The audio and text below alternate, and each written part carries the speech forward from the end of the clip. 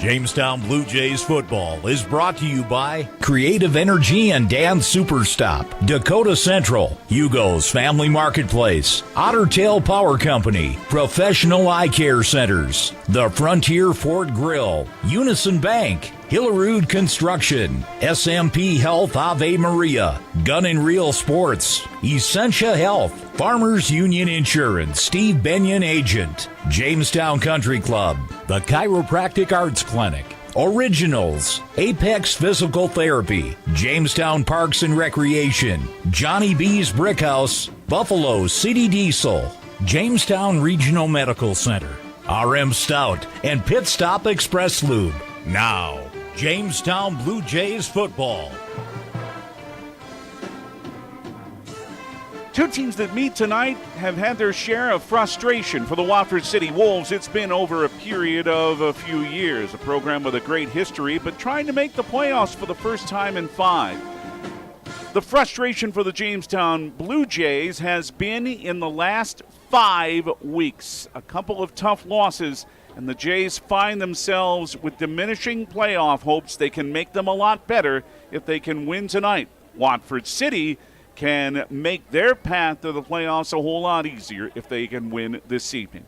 We are on the University of Jamestown campus at Raleigh-Greenough Field at Charlotte and Gordon Hansen Stadium. And it's a big game in 11 AA West football as the Watford City Wolves meet the Jamestown Blue Jays. And good evening from Jamestown. I'm David Burrell, and glad to have you with us for our regular audience on Jamestown 107.1 and online, and also on the Heritage Signal of I3G Media in Jamestown 1400 AM. And a reminder, too, that you can watch tonight's action. We've got that going. Go to newsdakota.com, the sports tab, the sports schedule page. Friday, October 10th, it says football, Watford City at Jamestown. Click where it says Jamestown 107.1 Sports YouTube channel, and then click on the live tab there, and you'll be able to watch it. But we're also on in Northwest Wyoming tonight on Dakota Country 96.1 in Williston, and very glad to have you folks with us too. Watford City, well, it has been a few years since they've had even 3 wins in a season. You've got to go back to 2017, the last time they won more than 2. But Jim Douly's team 3-3 right now, a much improved team. Yes, it wasn't easy for them at Minot, falling to a very good Sentinel team last week, 43-0. But that was after a big win on the last drive in the last minutes in Dickinson the week before that. So they're 1-1 in the league, and Jamestown stands at 0-2 and very much needing a victory. It has been a rough time for the Blue Jays. They have their longest losing streak in 6 years.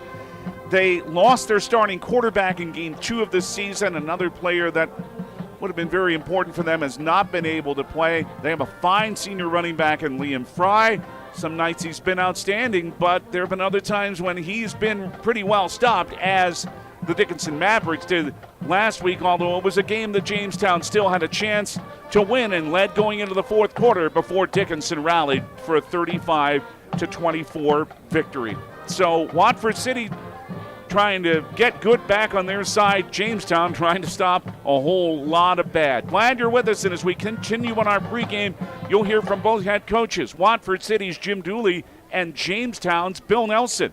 But coming up, we'll look around high school football, not only in southeast North Dakota in 11 AA and such, but for you listeners up in the Williston and Watford City area, what's going on in northwest North Dakota tonight, too. Our pregame continues from Jamestown in 30 seconds on Dakota Country 96.1 and Jamestown 107.1. This is the voice of the Blue Jays. This is Rob Kuhneman of Fargo, a current Big Ten, Summit League, and Mid-American Conference basketball official. Why officiate? Some officiate to give back to the sport that gave so much to them when they were growing up. Some officiate to be a role model for aspiring officials. Others officiate to make a difference. You can be an official. Call your local high school or the North Dakota High School Activity Association at 701-845-3953 to learn more. A message from the NDHSAA and this radio station.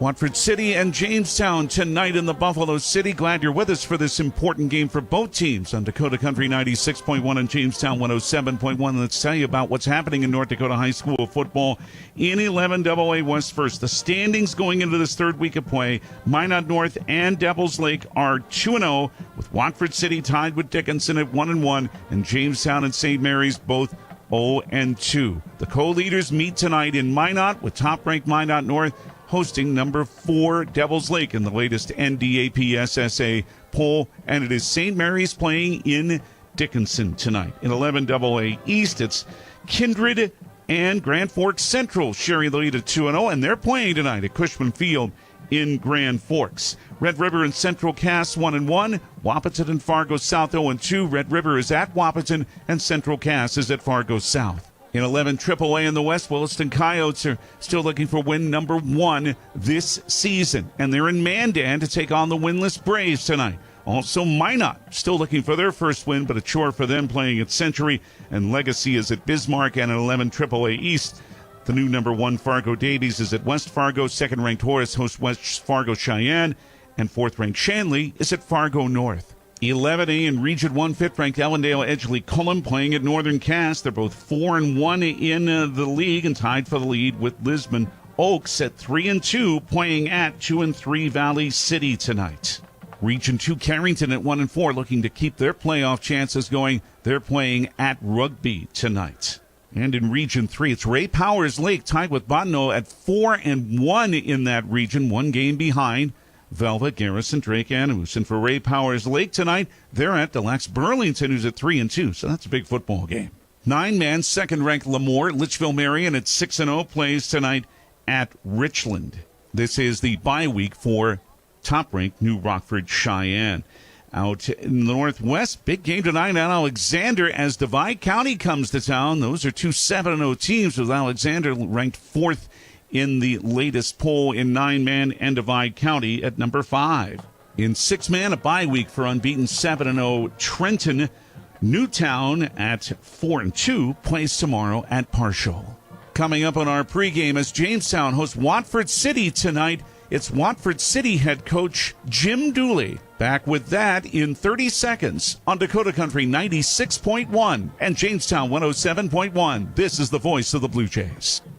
Pain doesn't have to be part of your everyday. At Apex Physical Therapy and Wellness Center, our expert team works one-on-one with you to find the root cause and help you get back to doing what you love pain-free. Whether it's recovering from surgery, improving mobility, or managing chronic pain, we have the tools and expertise to help you. Take the first step towards feeling better. Call us today at 701-892-8632 or visit apexptwellness.com. Apex Physical Therapy, stronger every day. Watford City at Jamestown tonight, continuing on our pregame with Watford City head coach Jim Douly. Coach, your program, this is your second year there. Of course, you had all that success at Beulah, but this Watford City program has 3 wins, and that is the most that this program has had in 8 years. The record shows that there's been a lot of improvement made since you started last year. How much have you seen?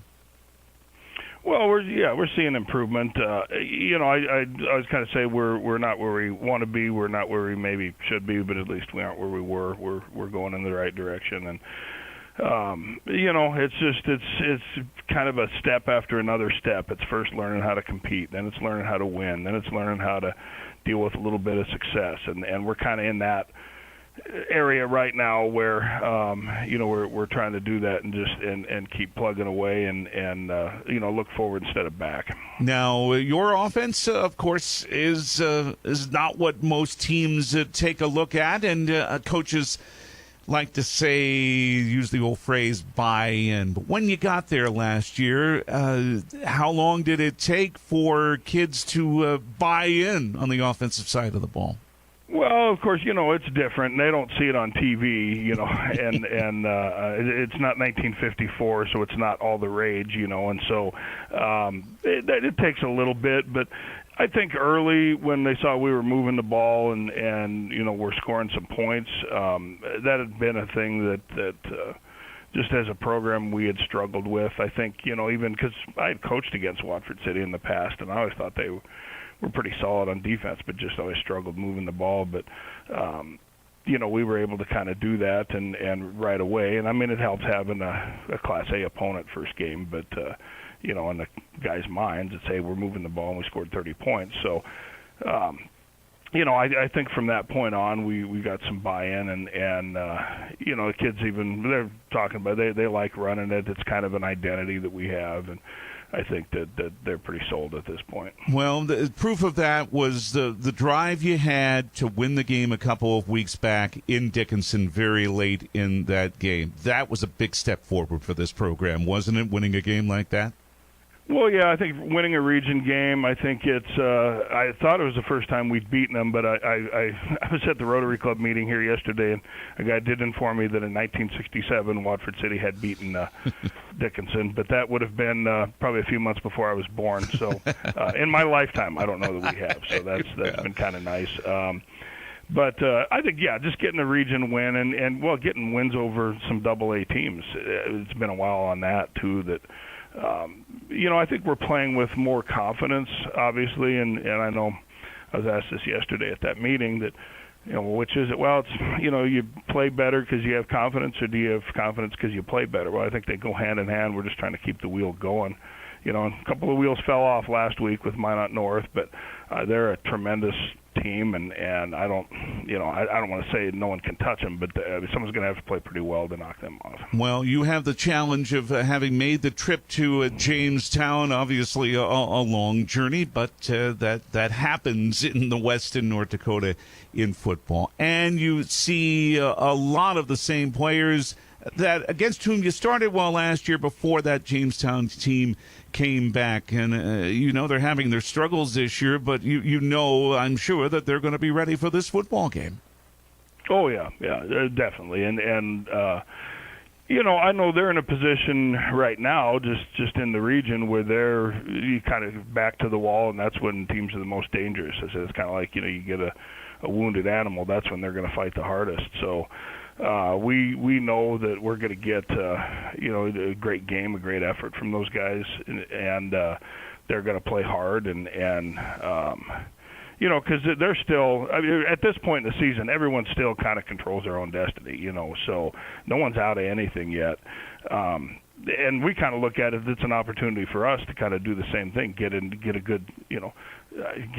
good spot heading into the last two games. But we know it's going to take a good week of preparation, good week of focus, and a good effort on Friday. Coach, thank you for the time. Best of luck in this game against Jamestown and the rest of the way for you. Okay, thanks. Next on our pregame, Jamestown head coach Bill Nelson. That's in 30 seconds on Dakota Country 96.1 and Jamestown 107.1. This is the voice of the Blue Jays. In sports, in life, speed matters. That's why JRMC Orthopedics makes it easy to see a specialist fast. Right here in Jamestown. No long drives, no long waits. Just expert care from the team who knows the community best. Get back to doing what you love. Faster. Orthopedic care that keeps you moving. It's right here. Visit jrmcnd.com to learn more.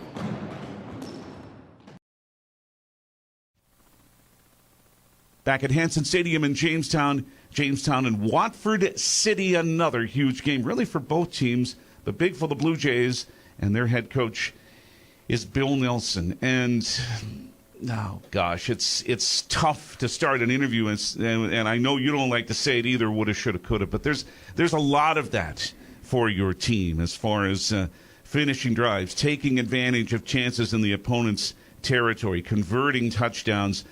I know you feel like your 1-6 record could be and should be a lot better than that. It is, and it's you got to correct your mistakes, and that's been a high point of things. Like, were we frustrated and upset last Friday night? Yes, we were. And I challenged the kids at halftime, and the third quarter they responded and they played well, but we didn't do the little things to finish out the game, in that fourth quarter, and it's things that we're biting our own self in the butt, yes, as we go. So, but we'll, continue at it. Have had a good week of practice, and the kids are upset after the game, and they care. They really care.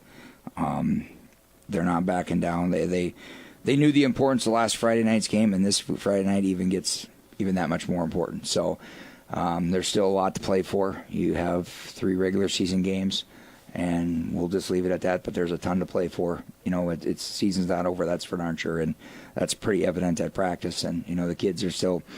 We're working to correct those things, and obviously we got to get stops on defense. We got to be better on special teams, and we got to move the chains on offense when we have those opportunities. You did have the one huge special teams play, and they come out and score first, and then Aiden Scarry, and people who've seen Aiden Scarry do anything know the type of athlete he is. But that was an electrifying run. Yeah, he not surprised on that, and it was blocked up, and he's figuring out in the return game. It's just hit a seam and go. Like if you're going to jitterbug and run side to side, you're not going to be very efficient in the return game, and there's going to be some stuff this week.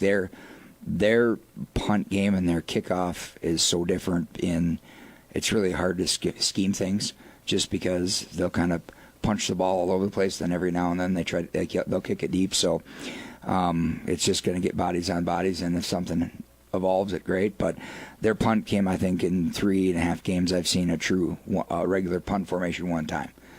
Coach will line up in his quads and roll out. It looks like a run pass punch option, but it ends up being a punt, and sometimes it's solid, sometimes it's but Coach Douly, I've known him for a long time, and he likes to run the ball. Anybody that's watched him and kept track of his record, and he had a lot of success in Beulah, and in knowing we went out there and got punched in the face right away last year, and we told the kids, here's what's going to happen, and it happened, and I think it was an 8-minute drive, and they got the touchdown on the 2-point, and we got the ball back, went 3 and out, and they got the ball in almost a 7.5-minute drive, and they got the 2, and we're down 16-0. All right, we're going to wake up, start playing football, and we did.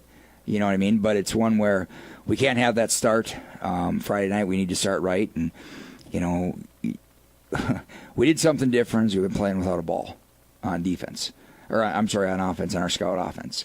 And it was an adjustment for everybody, but now it got a little faster, and know your responsibilities and quit looking in the backfield, because there's a lot of misdirection stuff. There's some hidden ball stuff when they do the direct snap. I was about to say, they're very good at hiding the football. They are, and it's like we were talking. There's sometimes they put a little extra twist, and he's always got things up his sleeve. Like I remember watching him when he was with Beulah, and they beat Shanley in the state championship game years ago. And he had a group of dudes, but they executed, you know what I mean? And they caught. That was when Coach Mattern was earlier on in his time, you know what I mean? Or may not have been Coach Mattern, maybe that was Coach Locke. But anyhow, it was. They're very good at what they do. They play in a phone booth. I mean, there's splits. There are no splits. It's like you talk about shooting gaps. What gaps? Because they're hip to hip, and they're big up front. They've got some size across the board, and we're not the biggest, so we've got to move, and we've got to know our positions and know our alignments and know our techniques, and and fly around and have fun. Get 11 guys to the ball, because you never know what's going to happen, and we've had some success in the past when we do that, and sometimes this year we got a little lazy doing that. You know what I mean? We can't afford to do those things. And not that this is news to you either, but when you have the ball, you've got to run it. There are times when it's been effective, but Dickinson was another team that did a good job against your running. And they threw some curveballs, and they which we hadn't seen on film, and we adjusted. We just didn't adjust fast enough. You know what I mean? But we got to be able to run the ball. If you want to be playing late October into November, you better be able to run the ball, and you better be able to stop the run. So it's been a prime all week. I know you believe in these young men. That's not the issue for this team, no, right? It's there, David. It's just a matter of just believe in what you're doing. Get excited, have fun, but it's keep stacking those positive plays on top of each other. You know what I mean? And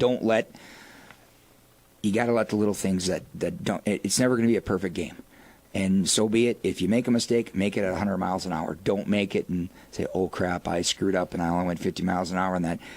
And own it. Okay, put it beside you. Learn from it. Let's get better, and let's keep moving on. And have a short memory from Short-term one play to memories, the next, right? Always good. The starting lineups for Watford City and Jamestown coming up in 30 seconds on Dakota Country 96.1 and Jamestown 107.1. This is the voice of the Blue Jays. Do you want to make sure homework time isn't spent on games and video streaming? Dakota Central can help. With Experience IQ, you set limits to ensure your kids aren't playing when they should be doing homework. With premium managed Wi-Fi from Dakota Central, you can create healthier internet habits for your children from the easy-to-use Command IQ app. Learn more about premium Wi-Fi and Experience IQ today at www.dakotacentral.com.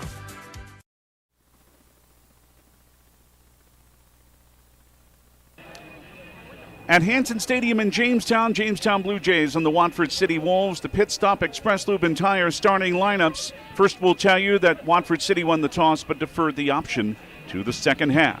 So, Jamestown will receive the opening kickoff. And when they have the ball, they have sophomore Carson Schmidt at quarterback.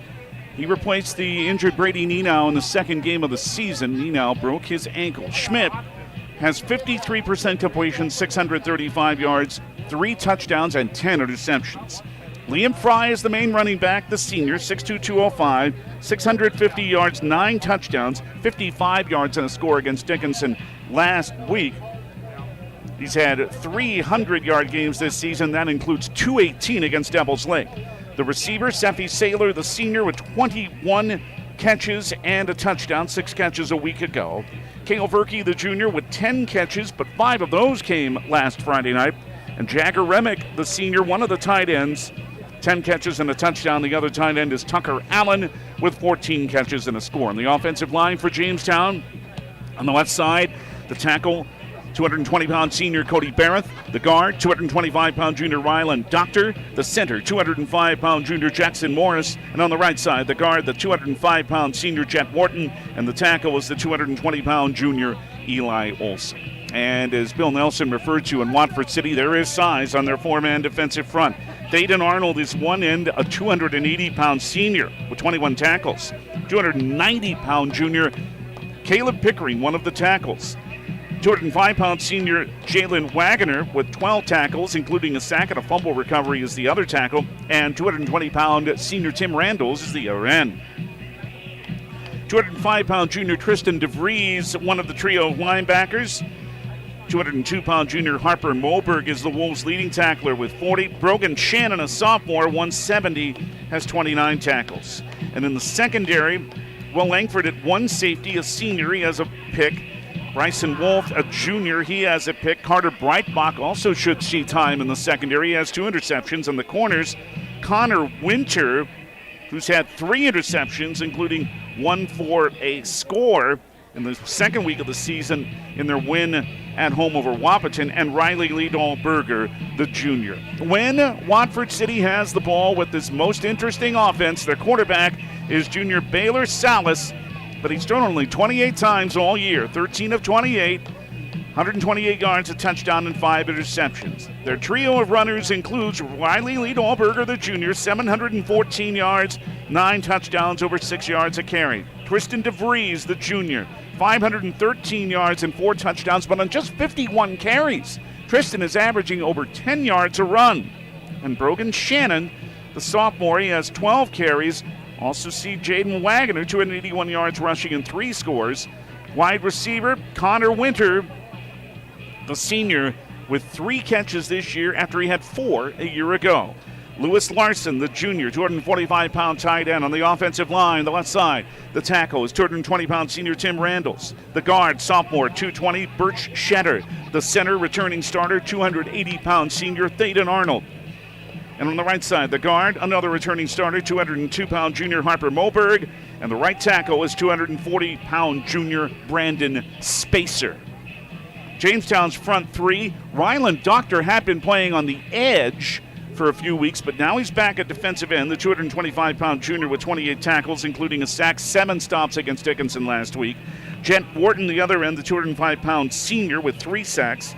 And on the nose, Cody Barrett, the 220-pound senior, 29 tackles. Bennett Gaynor back to the starting spot at linebacker, the 190-pound senior. 200-pound senior Mason Gibson with 29 tackles, a fumble recovery. Gaynor has 1 too.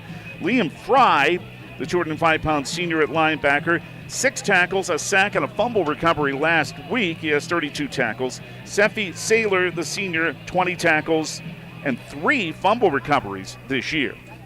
In the secondary, one safety is Brady Anderson, the 165-pound sophomore. And the other is junior Braden Heminger. Yes, a good year with 41 tackles, but again, that is part of the Blue Jays' problem. Heminger's their leading tackler.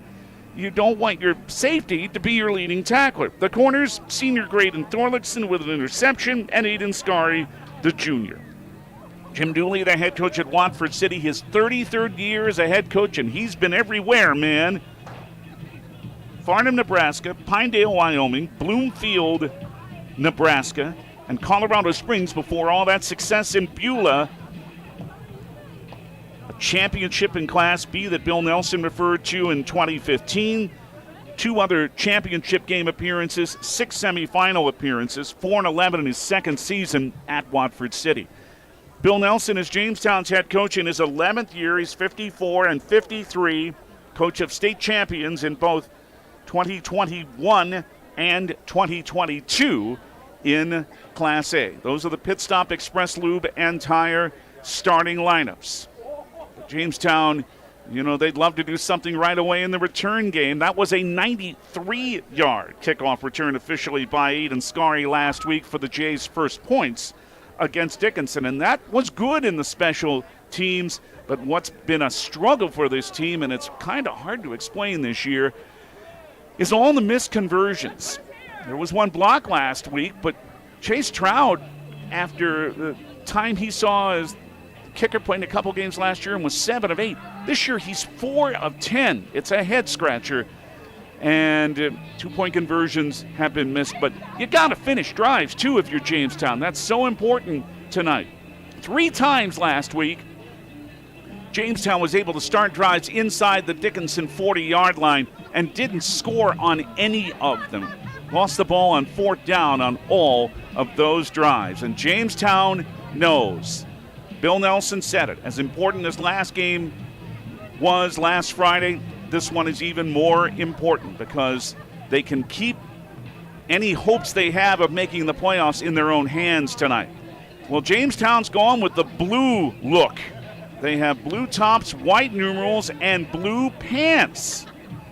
Normally they will mix up the blue and the white. Not tonight. The helmets are white with the blue and white stripe down the middle and the logo on one side, the familiar Blue Jay logo and the number in blue on the other. Watford City in their road, white tops, maroon pants, maroon numerals and letters, and white helmets. And as we say, it was Watford City winning the coin toss a bit ago, but they chose to defer the option to the second half. So Jamestown will receive the opening kickoff here at Hansen Stadium. And again for Watford City, it is 1-1 in 11 AA West play and 3-3 overall, and the Jays now stand at 0-2 and really, really need this one and need some help. There is a scenario, and it is not a pleasant one for Jamestown, but there is a scenario where they could be eliminated tonight. If they lose to Watford City, if Minot North defeats Devils Lake, and if Dickinson defeats St. Mary's, well, that would first clinch a playoff spot for Minot North. But Jamestown couldn't catch Minot North.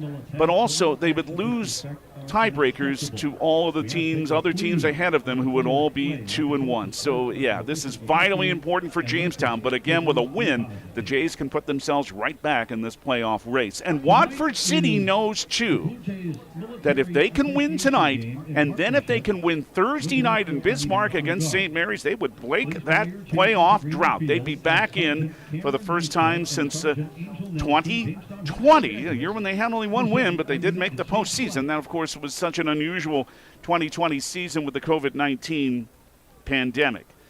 But Watford City is also looking for a winning record. You have to go back to 2017, the last time that happened, 7-4. And you folks in North Dakota know there's been plenty of good history with this program. Stay tuned, please, because football is on the way from Jamestown as the Watford City Wolves meet the Jamestown Blue Jays. A very important 11 AA West game is on the way. And we'll have it for you in 2 minutes on Dakota Country 97.1 and Jamestown 107.1. This is the voice of the Blue Jays. When you're working outdoors, unpredictability is the norm. Tackle your toughest jobs with the 2025 Honda Pioneer 700. This rugged side-by-side brings the power with reliable torque for towing and smooth shifting for the trails. Choose from 3 trims, Standard, Deluxe, or the True Timber Forest Edition. See the 2025 Honda Pioneer 700 at Gun and Reel Sports, downtown Jamestown. For your safety, read the owner's manual, wear a helmet, eye protection, close side nets and doors, and always wear seatbelts. Honda side-by-sides are for riders 16 and older. Buffalo City Diesel Jamestown is your one-stop shop for experienced truck services. Their top-notch techs are trained in the latest technology and can identify and fix problems in your medium or heavy-duty diesel trucks and buses. Buffalo City Diesel also offers roadside assistance, trailer services, and truck parts. Call Buffalo City Diesel today at 701-253-2844. That's Buffalo City Diesel at 701-253-2844.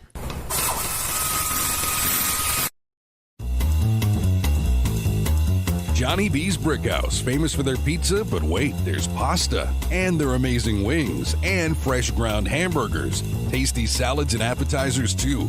And for dessert, you can't beat their sweet sticks. Come on out for Tuesday night trivia and live entertainment every Thursday night. The place to be is Johnny B's, smack dab in the middle of Main Street, downtown Jamestown. And remember, for delivery and carryout, call 952-8777. Are you looking for a rewarding job and a great environment where you can make a difference in someone else's life every day? SMP Health Ave Maria in Jamestown is looking for you. Visit smthealth.org/Ave Maria and click on the Careers tab to find the most up-to-date openings available. smthealth.org/Ave Maria. They're currently looking for nurses, housekeepers, CNAs, and universal assistants. Be sure to visit the website if you're interested and qualified for any of the positions that are open at smthealth.org/Ave Maria.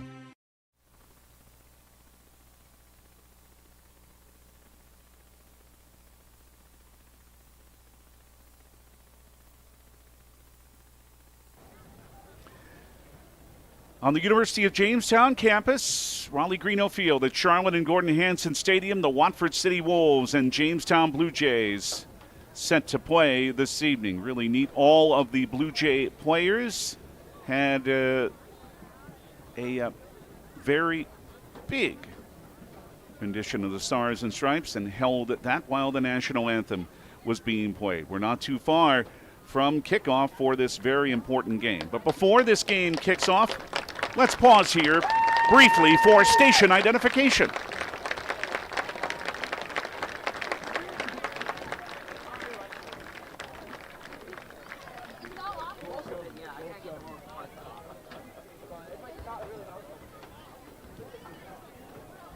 If you're hearing us on the air in Southeast Wyoming on Jamestown 107.1 or in Northwest Wyoming on Dakota Country 96.1. Glad to have you with us. I'm David Burrow. We're online too. Remember, you can watch this evening's game too. It is presented by our good friends at Johnny B's Brickhouse. And folks, you folks in Watford City, Williston, listening up there, whenever you're next in Jamestown, don't pass up Johnny B's Brickhouse. Amazing pizza and other great food too. But they are bringing you the streaming video at the Jamestown 107.1 Sports YouTube channel. We'll keep you updated on the other games tonight, especially in 11 AA West. And those are the leaders, the co-leaders in the league.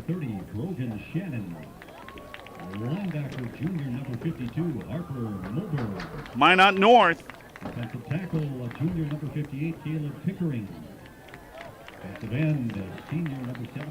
And Devils Lake, they are playing tonight at Sentinel Stadium in Minot. And Dickinson, and that game won't start for a while. It won't start till 8:30 Central Time out in Dickinson when they host St. Mary's tonight. Our pal Mark McKenzie has just introduced the starting lineup for Watford City. Now he'll introduce the starting lineup for the Jamestown Blue Jays. And for Watford City, just put last week out of their mind. A whole lot went wrong for the Wolves, but against a good team like Minot North, if you make mistakes, and they had guys hurt, Watford City did too, but Minot North's going to pounce on you when the slightest problem arises. And for Jim Douly's team, the key is put that out of their mind and just do what they do and try to befuddle Jamestown. And the Jays know to keep the offense moving, keep this unusual offense off the field, and just take care of the little things like extending drives, like converting touchdowns when that happens, but make the most of the chances you have because, again, potentially this is the last chance tonight. Again, the scenarios are pretty opposite.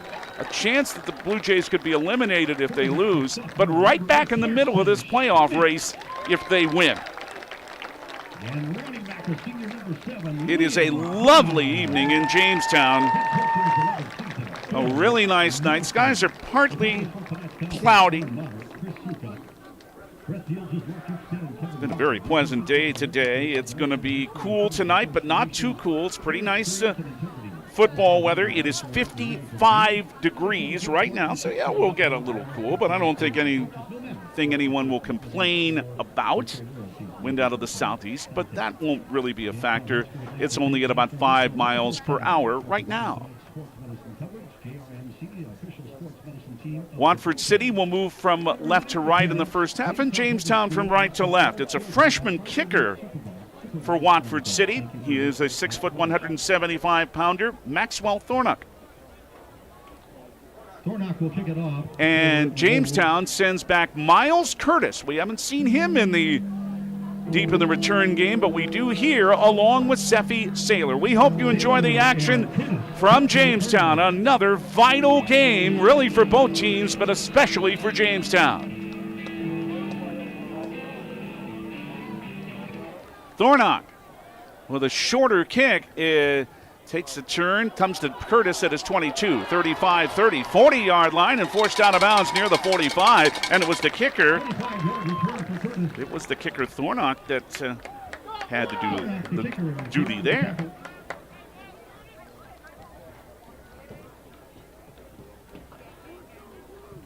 So we're underway. First and 10 for the Blue Jays from the Jamestown 37. And Jamestown, after a good return by Curtis, will start at their 47-yard line, first and 10. It's a good return by Curtis of 25 yards. So the Blue Jays set up and handed on the first play. William Fry, 50, 45-yard line of Watford City. There's 8 on the very first play.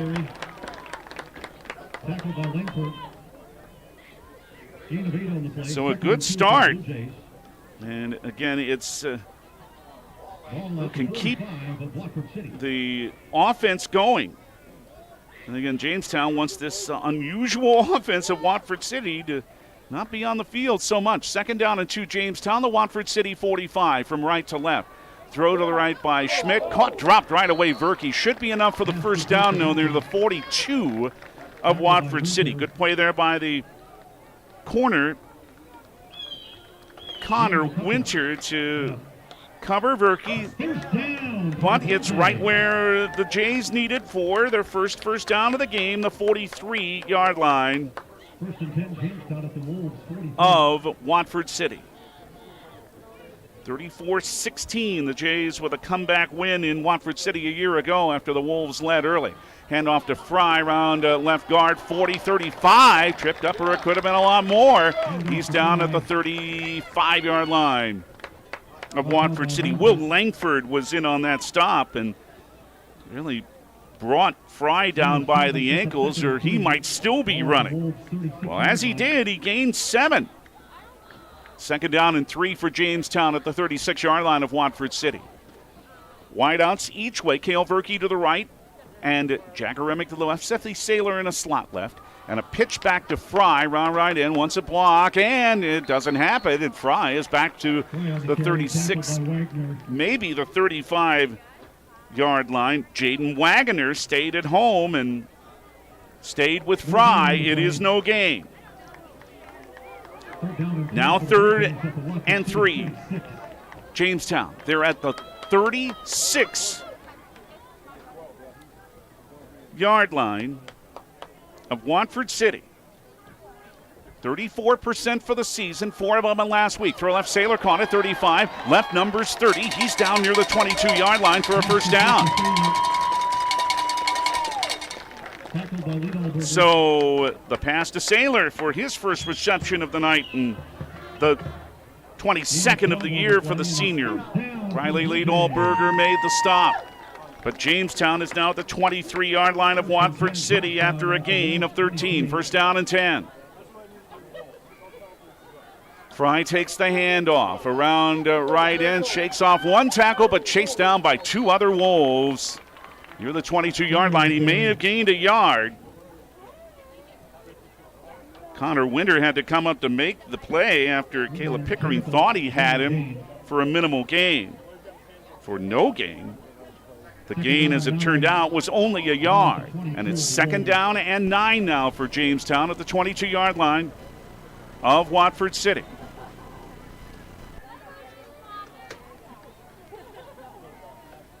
Two receivers to the left and one to the right. A throw to the left, out of the hands of Fry and incomplete. That's a forward pass. Watford City is picking up and running with the ball, but the officials already signaled no, it's incomplete. It'll be 3rd down and 9. Or are they giving Watford City the ball? That looked like a forward pass to me, but apparently not. And a turnover has given it to Watford City. That is ruled to be, oh my goodness, that is ruled to be a fumble. And Watford City has recovered at their own 22. With 8:37 left, first quarter. How about that? Well, now it's up to the Jamestown defense. And here comes Watford City with Baylor Salas, the junior quarterback. And they line up 10 in a line behind the football. Now they come in tight. And this is around the left end. A big run. DeVries to the 30 to the 40-yard line of Watford City, and he's all the way down to his 47. DeVries is finally chased down by Braden Heminger, but coming off the turnover, it's a 25-yard run. And this team, just one big push and get it out there with this, this kind of formation you would have seen in the early 50s. And you really have to look hard. You think I have to look hard to see the ball. Bill Nelson referred to it. The Jays defenders have to as well. 1st and 10 from their 47 for Watford City. And in a big pile across the 50 and down to the 49-yard line of the Jays. It's a 4-yard gain for Brogan Shannon, the sophomore. I have to wait, our pal Mark McKenzie has to wait sometimes until that pile is undone before you knew who ran the ball. Shannon, a sophomore, getting the start this evening. 2nd down and 6, Watford City. From left to right, left hash, they're at the Jamestown 49-yard line. I won't tell you about wideouts with this team because very rarely do they put anybody wide. Here is a run around the right end, 40-35 of Jamestown, and down to the 30-yard line. Another big run. This one is by their leading rusher, Riley Liedolberger. He's all the way to the Blue Jays' 30-yard line for 19 more, and Watford City to the 31 actually, but that's still a first down for 18 yards, and Watford City has moved the ball 47 yards pretty quickly. 6:55 first quarter. They're trying to take advantage of a Jamestown turnover. No score in the Gun and Reel Sports scoreboard. Glad you're with us. Mark Pollard taking care of the video this evening. Again, they line up in that bunch. Salas hands it back. Liedolberger through right guard. 25 just pushes his way forward near the 23 or 2-yard line of Jamestown. Well, they didn't scar in on that play. Liedolberger Over 6 yards a carry coming in. Gain of 7. Sets up second down. 9 touchdowns, and he gained to the Blue Jay 23 for 8. Now they do send a wide out for the first time, and this is Trayson Boss. He's a senior. He's wide to the left. But 10 in a line behind the ball. This snap comes to Salas, a counterplay around left end. This is DeVries, 20, 10, left seam, touchdown, Watford City. And again, all of these fakes and moves, and you just don't know what they're going to do with the football until the guy's in your secondary. And it was DeVries that time, and that's Tristan DeVries' 5th touchdown run of the year. And Watford City,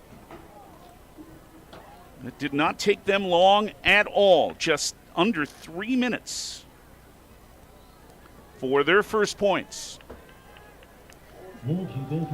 And they will keep the offense on the field. Again, the kicking games had its struggles this season. Ball nearly dropped and pushing forward to the 1-yard line, but not quite in,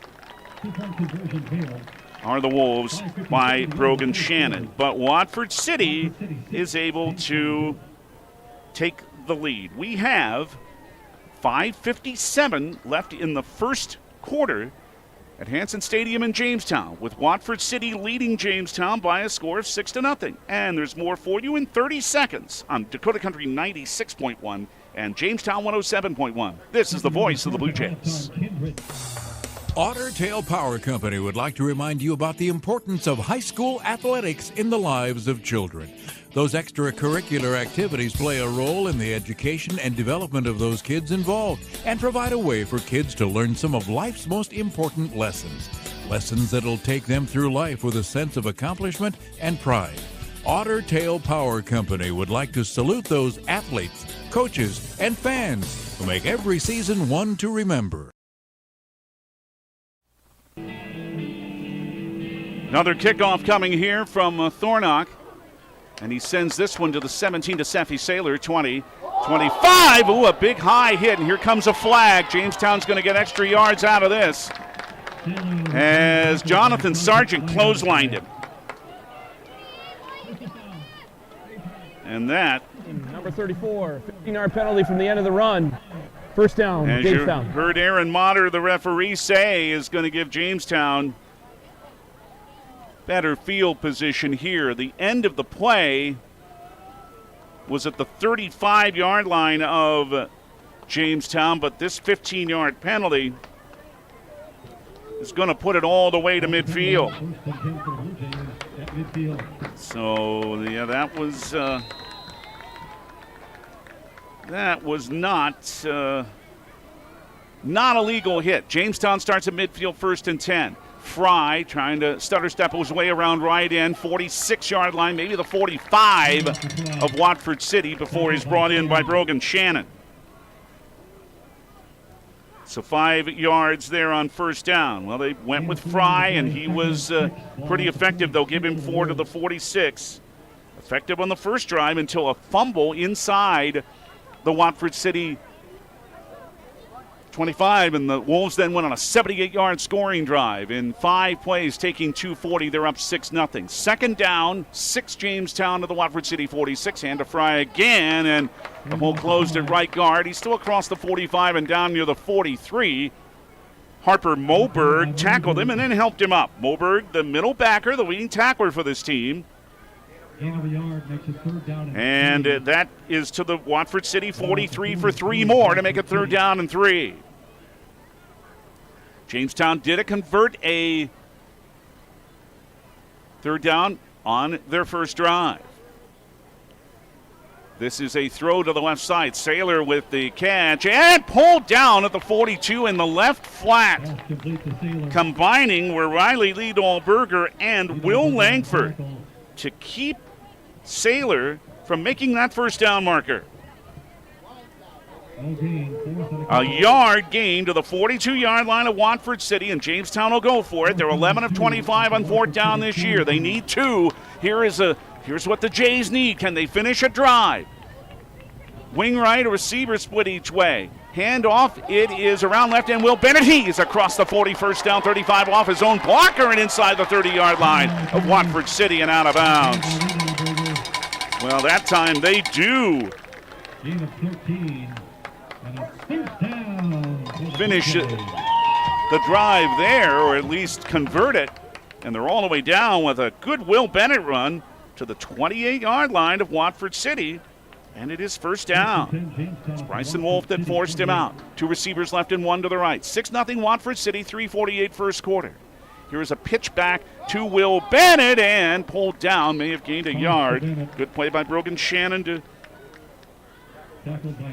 bring him in right after Will Bennett had taken that pitch. And they'll say the knees down at the 28 for no gain. 2nd down and 10 for Jamestown. Bennett, the senior, giving Fry a little bit of a spell.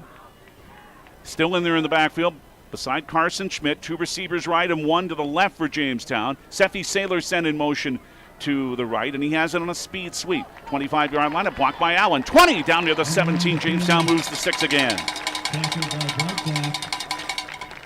Seffi Saylor, Carter Brightback stopped him. But on the sweep to the 17-yard line of Watford City, it's a gain of 11 and Jamestown's 5th first down. They're in the red zone and trying to at least even this game. 3 minutes left first quarter, 6-0 Watford City on the Gun and Reel Sports scoreboard. 1st and 10 Jamestown, the Watford City 17. Wide side left, 2 receivers that way. The hand is to Will Bennett. 15-yard line and scoots his fade forward down near the 10-yard line. He may have lost the ball. Let's see. Did he? He did. Unbelievable. Will Bennett ran to the 11-yard line and Watford City recovered it. And for the second time, deep in Watford City territory, the Blue Jays turn the ball over. My goodness. 2:41 left in the opening quarter. And Watford City, who scored off the first turnover, starts the drive back at their 11, but you know how they can march down the field. On first down. And the counter play, and up to the 16 or 17-yard line goes Brogan Shannon, sophomore.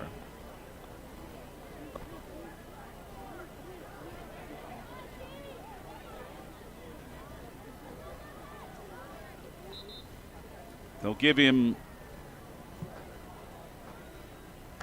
reset the game clock to 5 yards. They'll give him 6 actually to the 17-yard line of Watford City, where it's 2nd down and 4.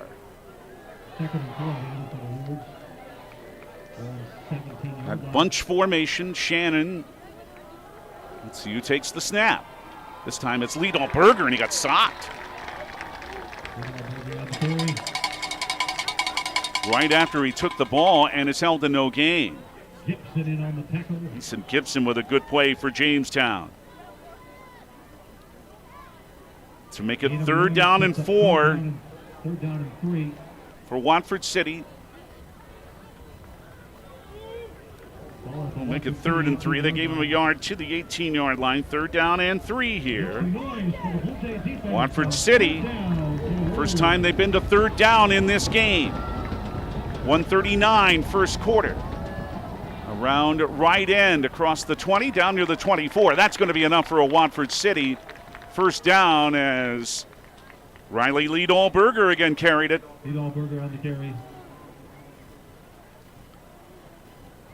And he's all the way to the 24-yard line of Watford City for 6 yards. And the 4th first down for the Wolves so far in this first quarter. 6-0 Watford City. We're down to 1:19 in this opening quarter. Johnny B's Brick House has the live, and it will be archived to streaming video at the Jamestown 107.1 Sports YouTube channel. Connor Winter is sent as a wide out to the left on 1st and 10 Watford City from their 24. Counter around left end. Big room. DeVries 30 all the way near the 33. And DeVries especially gets a pretty good head of steam going. Graydon Thorlickson had to come up from that safety spot. And again, there have been so many tackles in this Jamestown secondary. They give DeVries 8. 45 seconds left in the first quarter. So there'll be one more play for Watford City before this opening quarter ends. They're 2nd and 2 at their 32. Near the left hash, wide side right. They do have a wide out, but they have that double wing left. Now bunch 3 in behind the center. And off the spin around right end, 35-yard line, 36-37, enough for the first down as a Watford City player lost his helmet. Lidol Berger made the carry. He's down to the 37-yard line of Jamestown. It was Brandon Spacer that lost his helmet and has to come out for a play. But 5 more for Lee Dahlberger, 104 yards for Watford City in this first quarter, all on the ground, and that's where this first quarter will come to an end. Watford City took advantage of a Jamestown turnover and threw one on the Gunner Real Sports scoreboard in Jamestown. It's Watford City 6, Jamestown nothing. The second quarter in 30 seconds on Dakota Country 96.1 and Jamestown 107.1. This is the voice of the Blue Jays. You know you don't really want that hurry-up, bought on the cheap, not sure what I got insurance coverage. Good, because Farmers Union insurance agents do things just a little different. We'll work with you personally for home, auto, business, or farm insurance and tailor the exact coverage plan you need because we're not satisfied until you are. Different? You bet. Farmers Union Insurance. Simply different. Good luck to the Blue Jays and Jimmys from your local Farmers Union agent, Steve Benyon. Not all products underwritten by Farmers Union Insurance.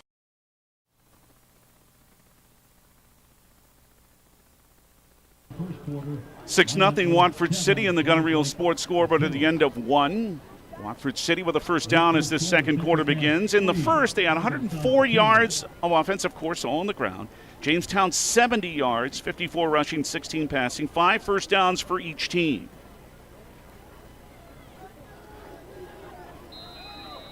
Watford City, after Jamestown has fumbled twice, they scored after the first one. They're to their own 37 here, 1st and 10. From left to right, snap is to Lee Dahlberger around right end. Riley to the 40. He's to the 44-yard line of Watford City. As Graydon Thorlickson was able to run him down near the Jamestown bench. But another good run for Lee Dahlberger. He gains 7 yards to the Watford City 44, and it's 2nd down and 3. And the Wolves, and they don't, not a matter of even pretending to hide what they do, even though they come up with this interesting formation of 10 guys lined up behind the center, and then a counterplay up the middle and a whole lot of room around the right end of the 42-yard line of Jamestown. This one is Brogan Shannon, and again it was Thorlickson that had to stop him, or he might have scored. Brogan Shannon, the sophomore, with Wagner a little dinged up. He's just run it to the 42-yard line of Jamestown for 14 more, and another Watford City first down. And the size on this line, Thaden Arnold's 280, Spacer 240. 1st and 10 Watford City, the Jamestown 42-yard line. On a counter around left end, Tristan DeVries, 40, cutting around the left side. Oh, he just wards off a tackler. 20-yard line, still on his feet, 10, he's down inside the 7. What a stiff arm he gave to a Blue Jay. Thorlickson again in on the end of that play. But my goodness, how about another huge run by DeVries, who has had his share of them this season. They'll say he's out of bounds outside the 10, but still a good run to the 17-yard line of Jamestown for 25. 1st and 10 Watford City, already up 6-0, about a minute into the second quarter of play. And it is up the middle to the 17-yard line, and no more than that, as the Blue Jays swarmed on Brogan Shannon there, starting with Ryland Doctor. Milton Blackmore had the first contact and held Shannon to a gain of a yard. 2nd down and 9 for Watford City from the 16-yard line of Jamestown. Now the Wolves huddle. It's all about ball control with this team. They do send a wide out, Connor Winter to the right. 10 and a straight line behind or 9 and a straight line behind the center. Now they come up and hand it up ahead to the 10-yard line and down to the 9 or 8. There's Riley Lee-Dahl Berger with another good run. Down by Scarry. As Aiden Scarry was in on that play, but Lee-Dahl Berger made his way down to the 8-yard line and now through right guard into the end zone. Touchdown Watford City on the very next play. They do not take long. When that ball is marked to be ready to go, they're going to do it.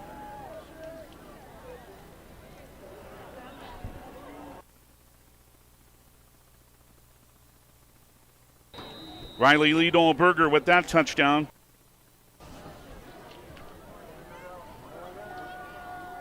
And it's 12-0 Watford City, and Lee-Dahl Berger has touchdown run number 10. Keep the offense on the field. This is Salas rolling out and throwing toward the end zone, and this one is caught for the 2-point conversion. And Jamestown is in a hole again. 10 minutes left, first half, on the Gunner Reel Sports scoreboard at Hansen Stadium. Now it is Watford City 14, Jamestown nothing. Back in 30 seconds on Dakota Country 96.1 and Jamestown 107.1. This is the voice of the Blue Jays. Need some custom screen printed t-shirts? Lots of t-shirts? You need originals. Originals! Or do you just need one shirt with your corporate logo for the new guy? Originals! Caps, jackets, U sizes, adult sizes, Blue Jay apparel, Jimmy apparel. You need originals. There you have it, folks. For custom printed apparel, embroidery, and work apparel, it's Originals. They can also do online stores for your sports team or business. 216 First Avenue, downtown Jamestown. Open 9 to 5 weekdays. Visit originals.com.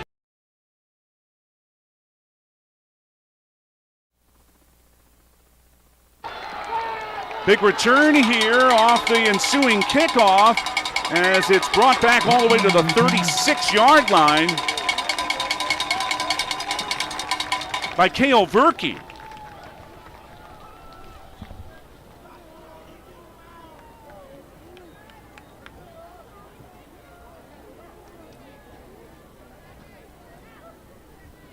That's a 39-yard kickoff return. First and 10 at the 36 of Watford City.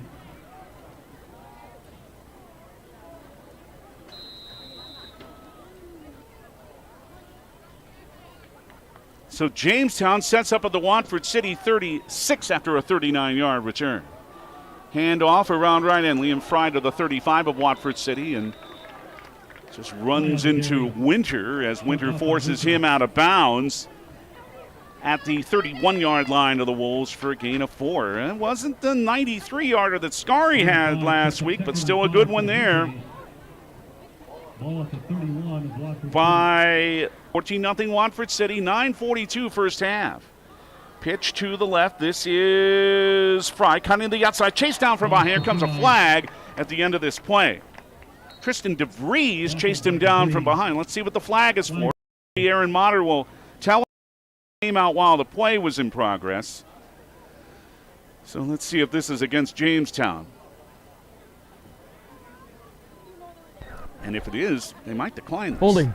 Offense, number 59. 10-yard penalty from the previous spot. Jim Douly says push him back. So a holding penalty is the first on the Blue Jays in this game. 10 yards from the spot of the foul, which was the line of scrimmage. It brings it back to the Watford City 41-yard line where Jamestown now has second down and 15. Mark Pollard taking care of the video tonight. Johnny B's Brickhouse brings it to you, the Jamestown 107.1 Sports YouTube channel. Two receivers wide left on second and 15, Jamestown, the Watford City 41. Play fake. Schmidt back at his 50, a screen pass as a flag comes down. Not much of a gain there as the ball is caught by Bennett. Jaden Wagoner made the stop, and here's another flag way after the play ended. This one was thrown back in the defensive backfield. So Aaron Motter and his crew have quite a bit to sort out here. Somebody said something they should not have, I have the feeling, for that penalty that went way, that flag that went way after the play ended. What's the first one? Well, they're going to talk to Jim Douly about it, and they're not talking to Bill Nelson. So that would lead me to guess they're both against the Blue Jays, but Aaron Motter will tell us about it here momentarily.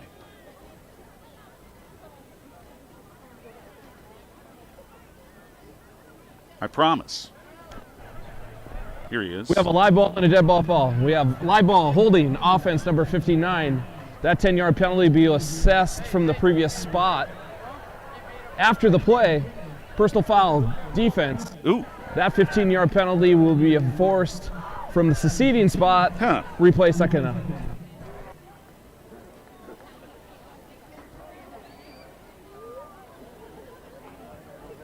No, wait a minute. Hold on here. So the holding sends it back 10, but it's because it's a dead ball foul. All right.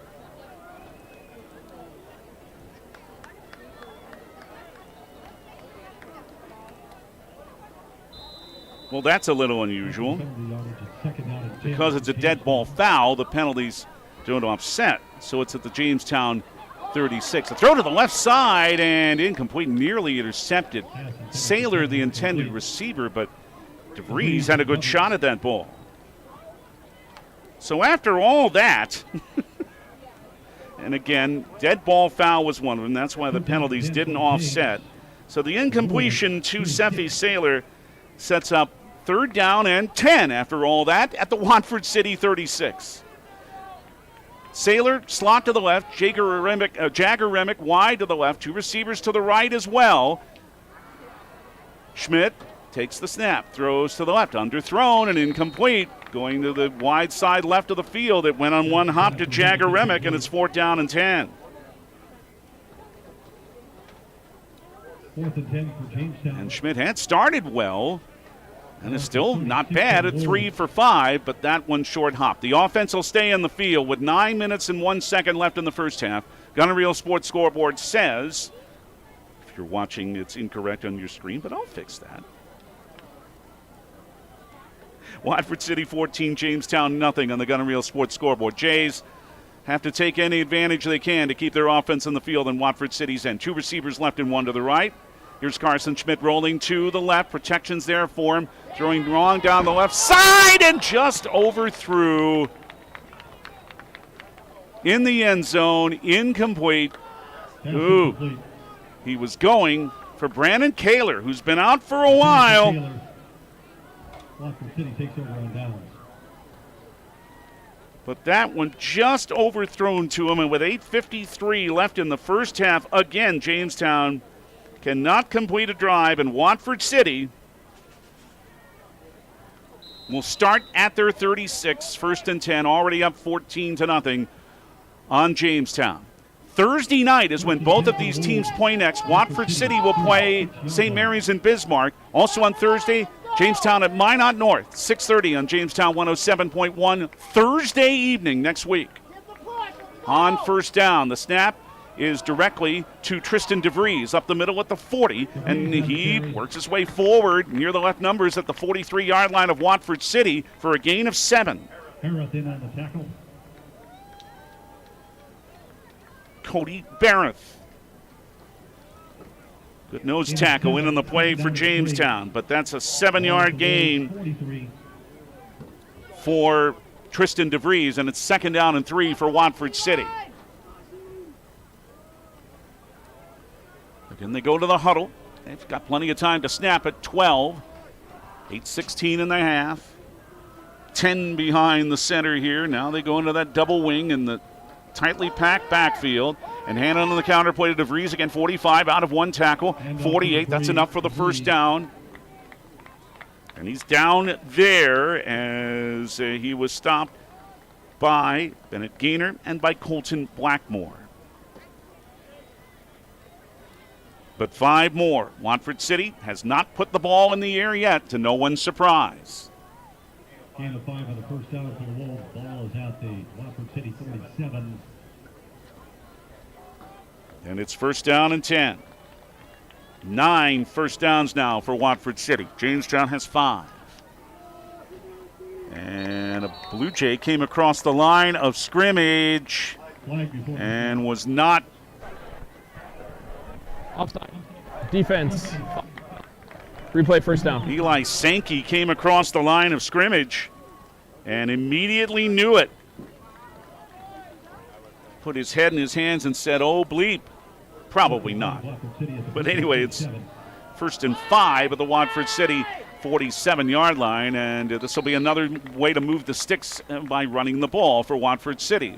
How else? It's Lee Dahlberger this time around right end, and he is right where they need at the 42-yard line. Graydon Thorlickson's been on a bunch of plays already, and in on that one. But it is first down for Watford City at the Jamestown 42 with 7:15 left first half. 14-0, Watford City leading Jamestown. The Jays, with faint playoff hopes, they'll be a lot better if they can win, but they're having to rally again. The snap, well, this one comes to Lee Dahlberger across the 40 and down to the 37-yard line of Jamestown before he meets a big blue wall. But that's the thing about going against this offense. You don't know where the ball is going to be snapped to, because sometimes they'll go to Salas, sometimes they'll go right to Lee Dahlberger, and it's finding that football that's so tough. 5 more yards there. Second down and 5 for Watford City, the Jamestown 37, with 6.5 minutes left in the half. 14-0 Watford City. Winner a wide out. The other 9 players lined up in a line behind the center. Now here comes that formation. Salas with the handoff this time, and crunching his way through left guard and down to the 31-yard line of Jamestown is Tristan DeVries. That is enough for yet another first down. They'll say the knee is down at the 32.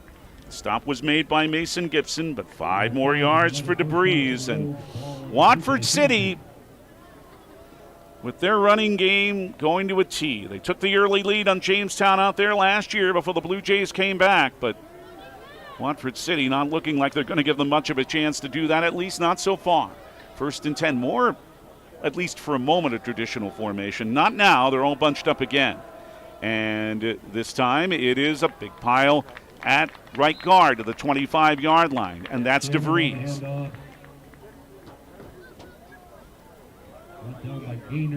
And a Gainer was in on that play.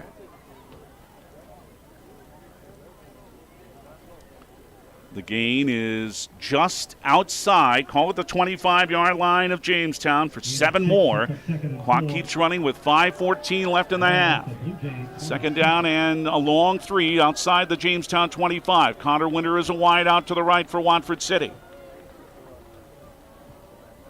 Shannon just in front of Salas. But around right end, here's a flag down as it's Salas taking it down to the 17-yard line of Jamestown. It would be another first down, but the flag came out right after the ball was snapped. Aaron Motter. Up. Says holding. From the spot. Replay second down. So a holding call is what that was. You couldn't hear him say it, but he did signal holding for the 3rd penalty on Watford City in this game. And they'll mark it off from where the line of scrimmage had been eventually. 4:55 left first half. Watford City 14, Jamestown nothing on the Gunner Reel Sports Scoreboard. 7-8-9-10. There you go, guys. Second down and 13 for Watford City at the Jamestown 35. 201 yards for the Wolves, and all of them on the ground. Clock runs again. Salas brings them up. And on that counter play, at left guard, this is DeVries, got hit hard, made it to the 32-yard line of Jamestown. Gibson in on that play.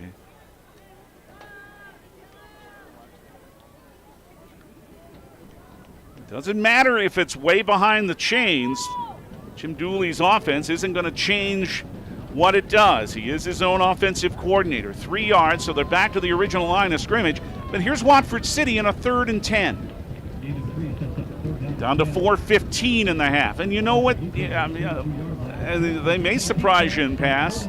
They're still in the huddle as they let this run down to 7 on the play clock and 6, and they're still in the huddle. And now, with 2 and 1, Jim Douly. Watford City, their first charge timeout. Is going to take a Hellerud construction timeout, and we will too. With 4 minutes left in the first half. Watford City 14, Jamestown nothing. Back in 30 seconds on Dakota Country 96.1 and Jamestown 107.1. This is the voice of the Blue Jays.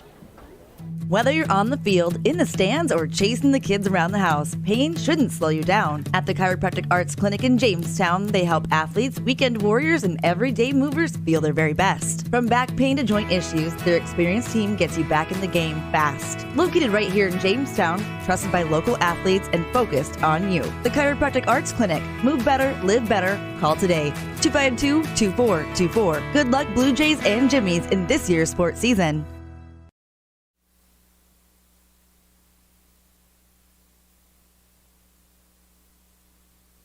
Total yards in this game, 75 for Jamestown, 204 for Watford City. And the Wolves, first time tonight they've had to face 3rd and long. They're 3rd and 10 at the Jamestown 32, up 14-0, 4 minutes exactly left first half. Watford City 2 of 2 on 3rd down.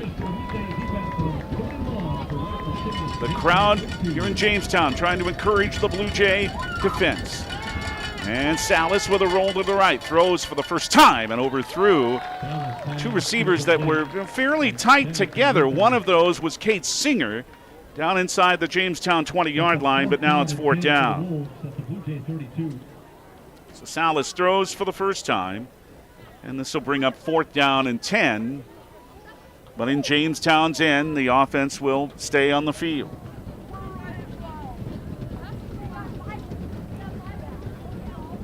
Watford City came into the game 40% on 3rd down. They're 6 of 18 on 4th down this season. And they face 4th and 10 here at the Jamestown 32. The ball and the top of the Blue Jay logo in the sprint turf to our left. And timeout. Their second charge timeout of the half. So Jim Douly takes another one, and we will too. 3:55 in the half. Watford City 14, Jamestown nothing. Back in 30 seconds.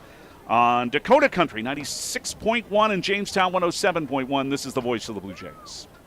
Where do you find the friendliest staff, the largest selection, lowest prices, and the freshest produce? Hugo's in Jamestown. But if you can't wait to go to the store, Hugo's Family Marketplace offers online shopping. You can shop all the departments and all the sales at hugos.com. Once you're done shopping, choose pickup or Hugo's delivery service, and they'll do the in-store shopping for you. Hugo's Family Marketplace, online shopping at hugos.com. You're gonna find more low prices, more great stuff when you go to Hugo's.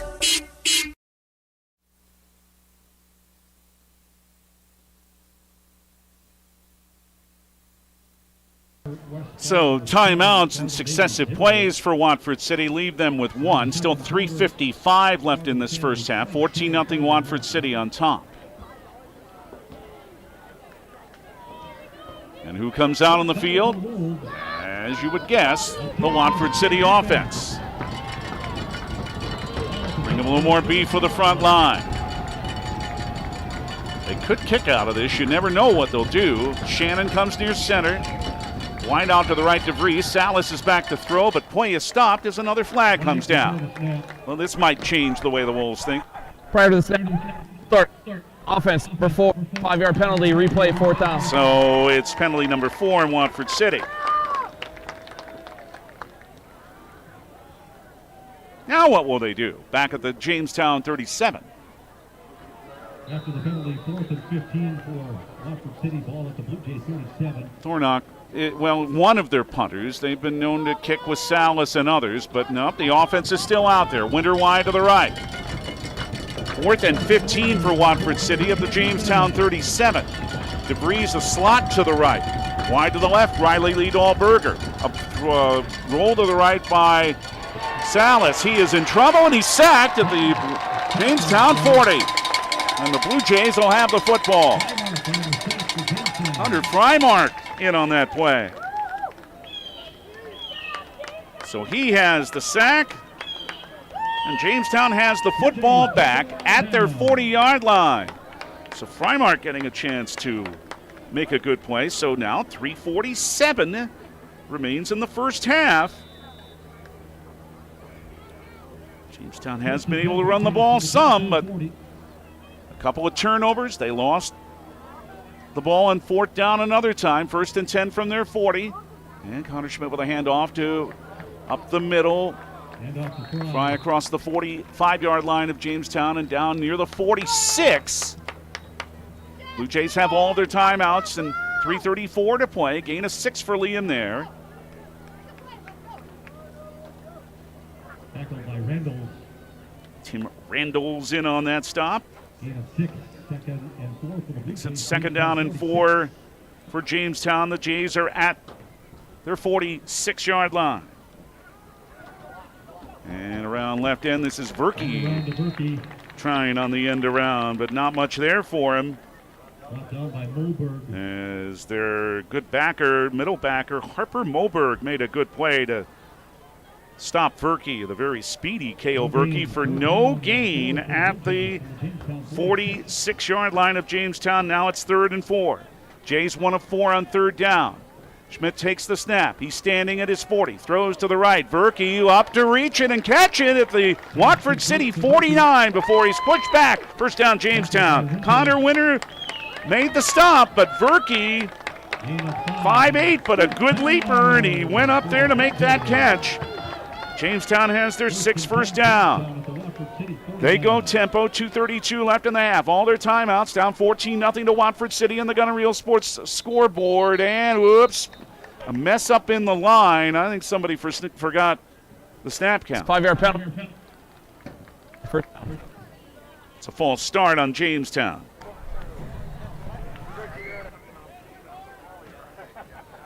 Backing the Blue Jays to their 46. That's the 4th penalty on Jamestown for 30 yards. 2:23 in the half as the clock runs again. Slot left, Seffi Saylor. Wide left, Jagger Remick. Slot right, Cale Verke. Wide right, Tucker Allen. 4 receivers set for Connor Schmidt, who throws to the right. Verke is blasted right as he caught the ball by Connor Winter for no gain at the 46-yard line of Jamestown. A hard hit, but a clean one by the corner Winter. And it's a loss of 2. In fact, back to the Jamestown 44, making it 2nd down and 17. Schmidt with 1:43 in the half. Jamestown hasn't used their timeouts yet. 4 receivers set again. Right hash, wide side left. Hand to Fry around right end, 45 midfield. 45 Watford City, pushed out of bounds to stop that clock. And make 3rd down a little bit easier to handle by Breitbach, I should say. Carter Breitbach. But it's to the 43 of Watford City for 13. Now it is 3rd down and 4. 2 receivers each way. The snap is to Schmidt. At midfield, protection's good. Going long left, Liedal Berger knocked it away from Jagger Remick at the 20-yard line of Jamestown. Good play there by Riley Liedal Berger. And now Jamestown again facing a 4th down here, 4th and 4. Converted a moment ago, but 1 for 2 tonight. Clock is stopped with 1:24 left first half. Watford City leads 14-0. The Armstown halftime report not too far away. 3 receivers to the left, the wide side, and 1 to the right. On 4th down, it comes to Schmidt. He's standing at the 50. He's being chased, throws, 40-yard line, caught, 38. That's enough for the first down to Seffi Saylor. Coverage and the tackle there by Riley Liedal Berger, but it's to the 37-yard line of Watford City. Gain of 6. Chains are in place. And Jamestown ready to go. Still haven't marked it ready yet. Now they have. And a roll to the right by Schmidt. Chased at the 45 and incomplete as he was hit. Oh boy, he was going for Allen. but Brandon Spacer was coming in fast on Schmidt and forced him to throw the ball behind Tucker Allen. It'll be 2nd down and 10. 1:12 left in the half. Jamestown still with all of their timeouts. Down 14-0 to Watford City. Trying to score before the end of the half. Schmidt takes the snap from the 45-yard line of Watford City. Throw right over through Allen this time. Had some pressure again, this time by Thade and Arnold. But now it's 3rd down and 10. And when the Blue Jays have passed, the protection's not been too bad tonight, but been pretty good, actually. But in the last couple of plays, well, first Spacer had the pressure, and that time it was Thade and Arnold. 3rd and 10, Jamestown, the Watford City 37 with 1:08 in the half. 14-0 Watford City in front of the Gun and Reel Sports scoreboard. Schmidt with a waist-high snap at his 42. Throws right. Verke, did he catch it at the 30? He did. It'll be 4th down. Holberg the stop. Jays quickly come to the line of scrimmage, which is the Watford City 31, gain of 6, leads 4th down and 4. 49 seconds in the half. 2 receivers each way again. Schmidt handed to Fry up the middle, 30, and he needs the 27. Did he make it? It'll depend on the spot. The officials will stop things. Harper Moberg, the spot. Did he gain enough? He needs the 27-yard line of Watford City, and we may see, we don't need a rare measurement. The officials say yes, 1st down. And Jamestown. Timeout. First of the half. Uses that Hillerud Construction timeout. We'll keep it here for this one. So, well, when you've got someone like Fry, and you can give him the ball and have enough of a hole for him, make those 4 yards. And that's exactly what he gained, 4 yards. But it gives Jamestown 40 more seconds, 27 yards to go. Not thinking 3 points here, They're down 14-0 to Watford City on the Gun and Reel Sports scoreboard. We'll update what's happening in other games at halftime, so stick here for the Armstown halftime report. And we'll also look at the stats from the first half of this game. 2 timeouts now left for the Blue Jays. Again, if Jamestown can come back, they'd be right in the middle of the 11AA West playoff picture, but a loss, and they'd be in big trouble. And as we said earlier, there is one scenario where Jamestown would be eliminated tonight. But they're not thinking about that. They're thinking about a 1st and 10 play at the Watford City 27. 4 receivers set again for Hansen Schmidt, who's looked pretty good tonight. To the 36, under some pressure. Throws one down the middle of the Sailor. Caught it, end zone. Touchdown, Jamestown. A beautiful throw by Schmidt. And Sefi Sailor has his 2nd touchdown reception of the year. And Jamestown's right back in this football game. What a throw by Schmidt. One of the very best throws he's made all season.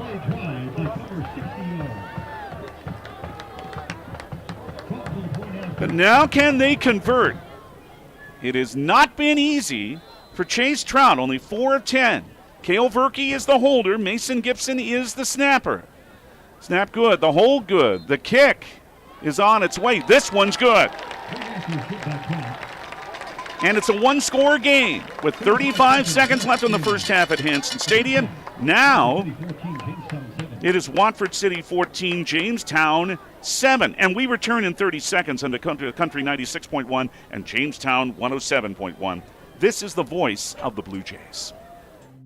Why choose Professional Eye Care Centers? 3 great reasons are Dr. Bond, Dr. Freilich, and Dr. Jangula, 3 of the most educated professional optometrists you'll ever meet. Next is their many locations. You can now see one of their spectacular doctors in Jamestown, Valley City, Carrington, Edgeley, Ellendale, and Lemoore. And finally, their fantastic selection. And yes, all of their frames and lenses are backed up by warranty. Visit ProEyeCareCenters.com and make an appointment today. Professional Eye Care Centers, clearly the best.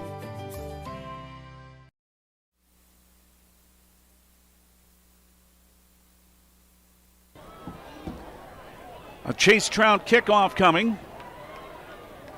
Carter Breitbach and Aaron Luna, the deep men for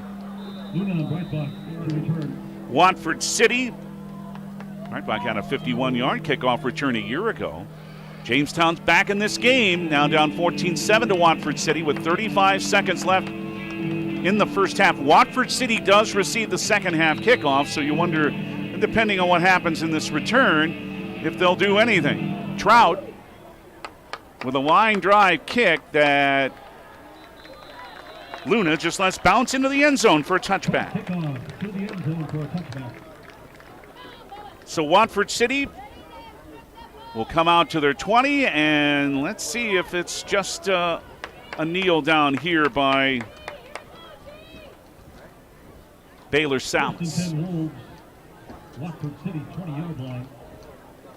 Not an offense equipped for a big play, wanting to go 80 yards in 35 seconds, and as we say, to receive the second half kickoff, so you just wonder if they won't do anything here.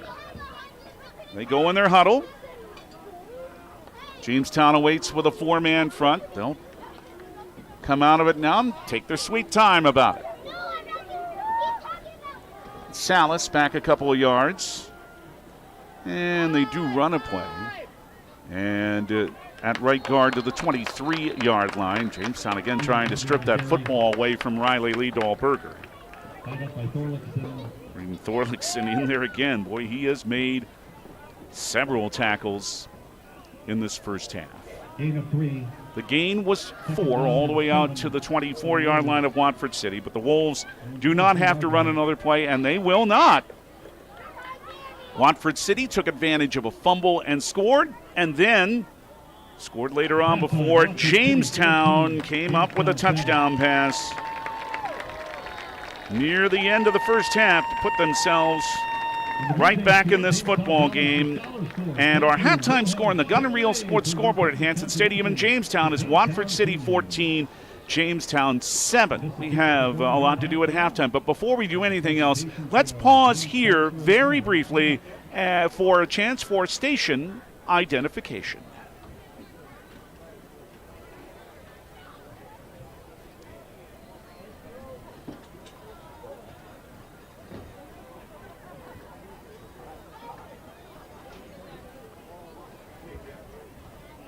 A good one at Hansen Stadium in Jamestown. Watford City trying for win number 4. Jamestown trying to stop their 5-game losing streak. It's Watford City 14, Jamestown 7 at the half. And coming up, the RM Stout halftime report.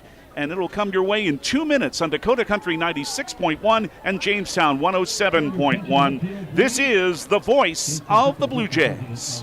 It's Twins baseball season, and at RM Stout Incorporated, we're hitting a grand slam of deals on new and used vehicles. Just like the Twins, we're dedicated to winning for you. From sleek sedans and SUVs to powerful trucks, find your perfect ride at RM Stout Inc. We've got the selection, the service, and the financing options you need. So root for the Twins and cruise on down to RM Stout today. Visit us in Jamestown. Call 701-252-2270 or browse online at stoutcars.com. RM Stout Incorporated, for the best value. Some of us were born to farm. Some diesels, like Cenex Premium Diesel, were born to fuel. Cenex Ruby Fieldmaster comes with a more complete additive package for a more complete burn to reduce particulate matter and keep filters cleaner for longer. Fuel your equipment like a pro with Cenex Ruby Fieldmaster and leave typical number 2 diesel to the amateurs. Cenex Premium Diesel. Diesel that doesn't mess around.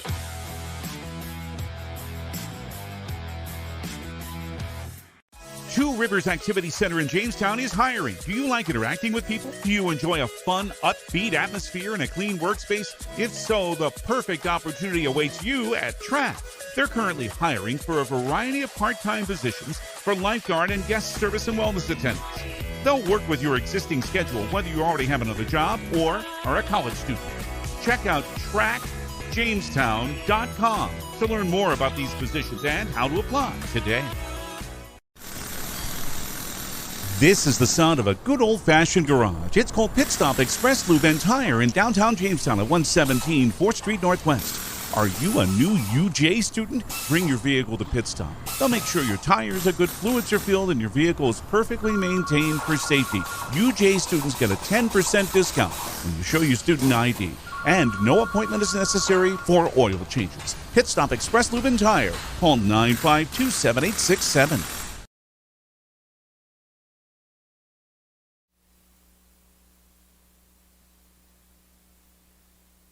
Halftime in anyone's game at Raleigh Greeno Field at Charlotte and Gordon Hansen Stadium in Jamestown on the campus of the University of Jamestown. And the Watford City Wolves lead the Jamestown Blue Jays 14-7 on the Gun and Reel Sports scoreboard.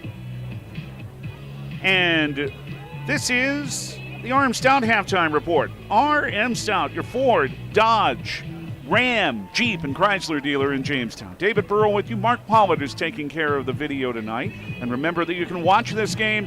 Johnny B's Brick House brings you the live video. It'll be archived too.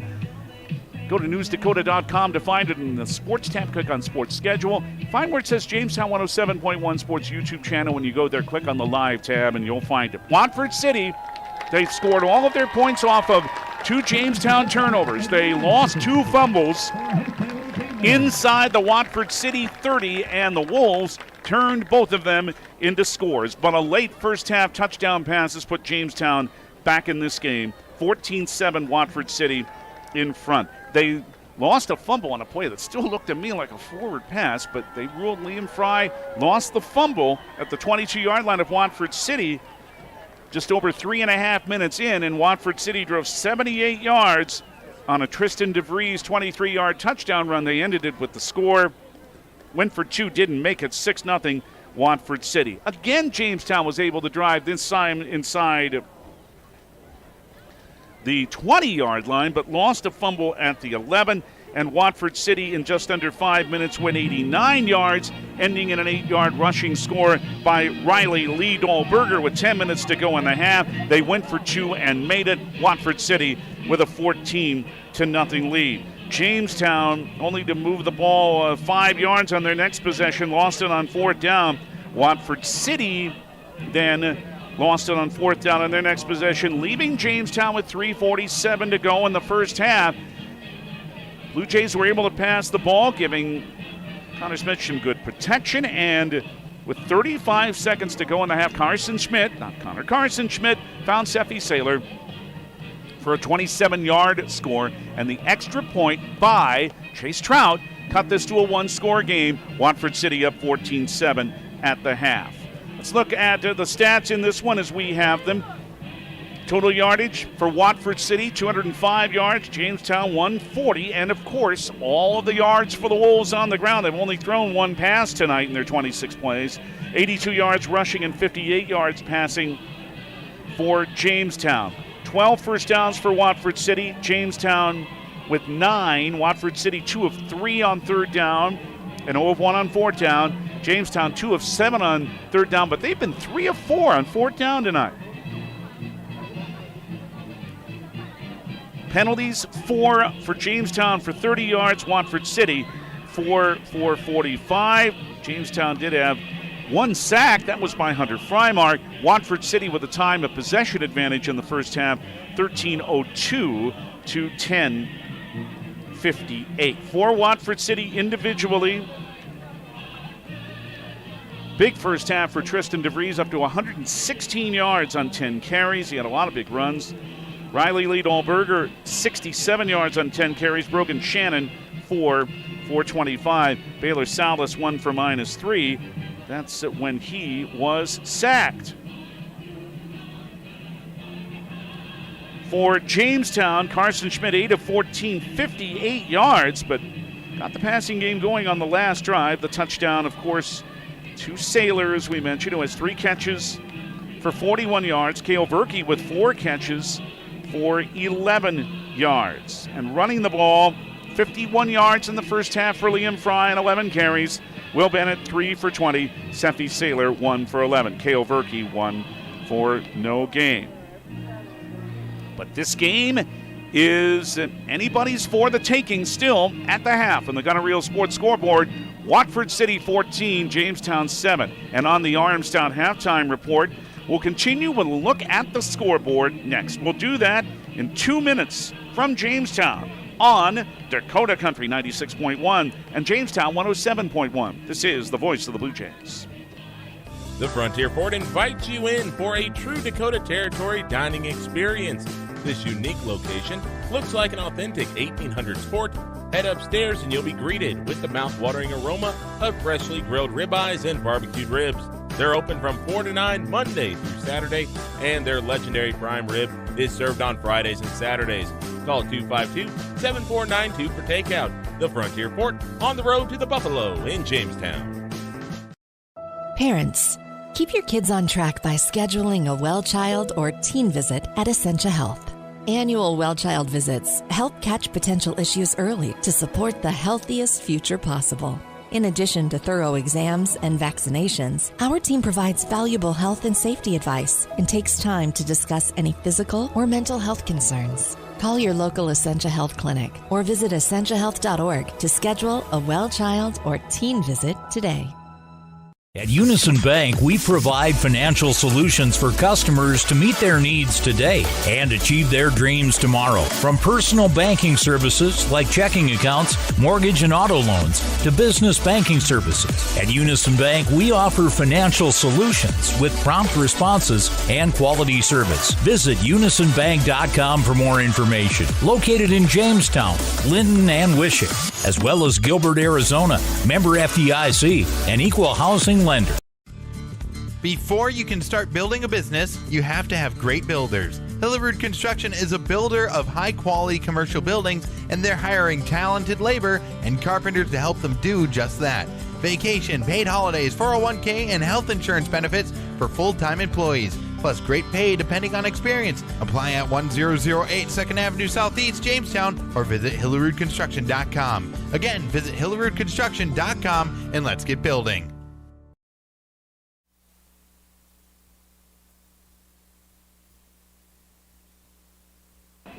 In Jamestown at halftime, Watford City with a 14-7 lead. Wolves leading Blue Jays. The Armstown halftime report. I'm David Burrow. Let's look at scores. First and 11, AA West. It is the teams that are tied for the lead meeting in Minot tonight. Minot North leading Devils Lake at the half. It is 13-0 for the Sentinels. The other game still yet to start. Dickinson will host St. Mary's. Dickinson at 1-1 in the league, and St. Mary's at 0-2. That game set to start about 20 minutes from now out of the Bijou Activity Center at Dickinson State University. In 11 AA East, Kindred leading Grand Forks Central at Cushman Field in Grand Forks, 21-7 with 3 minutes to play. Kindred and Central come in tied for the lead in 11 AA East at 2-0. Red River is 1-1, and they're leading at Wapenen, but the Huskies making it tough, 28-20. Red River at the half. Central Cass at 1-1, leading at Fargo South at the half by a score of 10-7. Fargo South is at 0-2. In 11 AAA tonight, Williston Coyotes still looking for win number 1, and they are in a wild one in Mandan. I bet Michael is having a whole lot to talk about there, but it is Williston trailing Mandan at the half, 49-26. Some team will come out of there with their first win of the season. Legacy and Bismarck, two of the three 2-0 teams meeting tonight in the capital city, and they're tied at 14 at the half. The other is Century, and they're leading a struggling Minot team 28-0 with 8 minutes to go in the third. In 11A, in Region 1, fifth-ranked Allendale Edgeley Cullum leading Northern Cass at the half 14-6. Both of those teams 4-1 in the league. Valley City leading Oaks at the half 12-7. VC 2-3 in that region. Oaks 3-2. Region 2, Carrington leading at Rugby at the half, 14-0. Carrington 1-4 in conference play. And up in northwest North Dakota, Ray Powers Lake trying to improve to 5-1 in Region 3. They're leading at Deluxe Burlington 21-6, and that is with 4 minutes to go in the second half of that game. In the second quarter, I should say, not the second half. And also tonight in 9-man, second-ranked Lemoore Litchfield Marion leading at Richland 40-6. And they're just underway with the second quarter, so a big start in that game, as usually happens for the Lobos. This is the bye week for New Rockford, Cheyenne, Maddox. Alexander hosting Divide County in the battle of 7-0 teams in that region. 14-0 Alexander at home, leading with 5 minutes to go in the second half. Napoleon Gackle Street are having a lot of fun tonight at home. NGS leads Standing Rock at the half, 54-8. Six-man action tomorrow. Newtown will play at Partial. So that's what's happening in Southeast North Dakota and Northwest North Dakota in high school football tonight. And in this important 11 AA West game at Hansen Stadium in Jamestown, with the second half coming up on the Gunner Reel Sports scoreboard, the Watford City Wolves lead the Jamestown Blue Jays by a score of 14-7. That's the Armstown halftime report. Stay tuned for the second half next. Back in 2 minutes on Dakota Country 96.1 and Jamestown 107.1. This is the voice of the Blue Jays. This is Bryn Hansen, a senior at Delax Billington High School and the 2025-26 North Dakota High School Activities Association Distinguished Student. While the scoreboard reveals the winner of a high school athletic contest, the real winners are those that display good sportsmanship. We need those people who treat competition as a game and not a war. People who show genuine concern for an injured player and those who accept all decisions of the game officials. Remember to be a good sport and a good citizen when you attend a high school game. This has been a public service message from the North Dakota High School Activities Association and this radio station. Pain doesn't have to be part of your everyday. At Apex Physical Therapy and Wellness Center, our expert team works one-on-one with you to find the root cause and help you get back to doing what you love, pain-free. Whether it's recovering from surgery, improving mobility, or managing chronic pain, we have the tools and expertise to help you. Take the first step towards feeling better. Call us today at 701-892-8632 or visit apexptwellness.com. Apex Physical Therapy, stronger every day. On the field, every second counts, and when injuries happen, you need a hometown advantage. At JRMC Orthopedics, our local team offers fast access to expert care, so you don't have to travel out of town. From sprains all the way to joint replacements, even same day, we've got you covered. The best plays start with getting back in the game. Orthopedic care that keeps you moving. It's right here. Visit jrmcnd.com to learn more.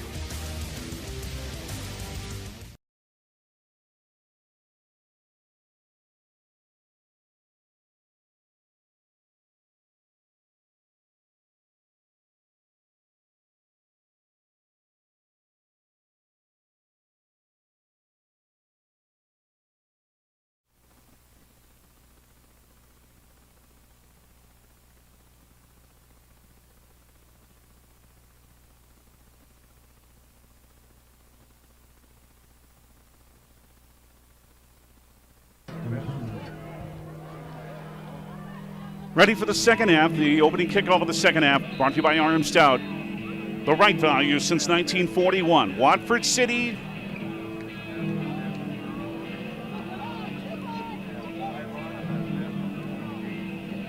with a 14-7 lead over Jamestown, and from the 13-yard line. This is Luna to the 25-yard line and down at his 26. 14-yard return for Luna. Special teams tackle Brady Anderson.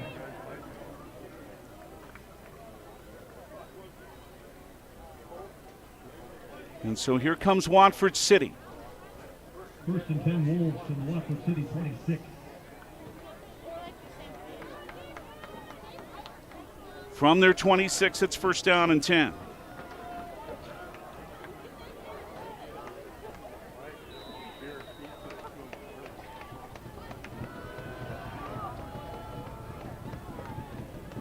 Salas at quarterback. Now he backs up away from that.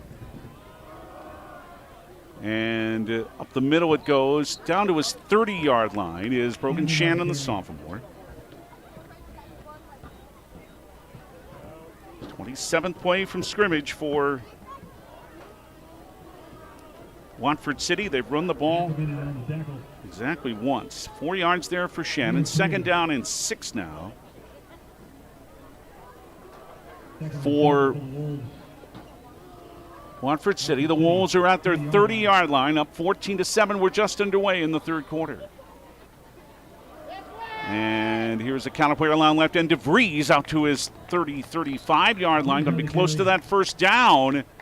Chased down over there by Creighton Thorlickson again.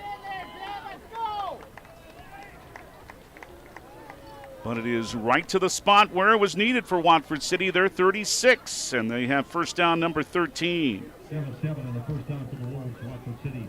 6 more for DeVries. He and Lee Dahlberger both with big first halves. First down and 10, Watford City from their 36. Salas with Lee Dahlberger right beside him. It's Lee Dahlberger who takes the snap. Around right and tries to cut back up 39-yard line. Thorlickson again grabbing him by the ankles. Lee Dahlberger tried to cut the ball back up. But 3 more for Watford City to their 39. That'll make it second down and 7. On a play like that, it's a little bit easier for the defense to see the football.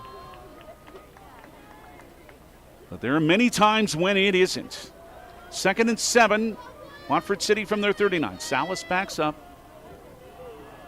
Wagner right in there, and it is around right and big room. This is Reed Dahlberger to the 40, to the 30-yard line of Jamestown, and run out of bounds down at the 26. Lee Dahlberger, and he is the fastest guy on this team, it is said, and he proved it there. He runs it to the Blue Jay 26-yard line for 35 more yards. 35 on the play, first down and 10 for Watford City at the and Lee Dahlberger continues a big night running the ball. He's up to 105 yards now. DeVries is up to 122. First and 10. Watford City at the Jamestown 26. Up 14-7, 2 minutes into the second half. And on a counter play, comes on the left side to the 20, to the 15, to the 10. This is DeVries, shakes off a tackle into the end zone. Touchdown, Watford City.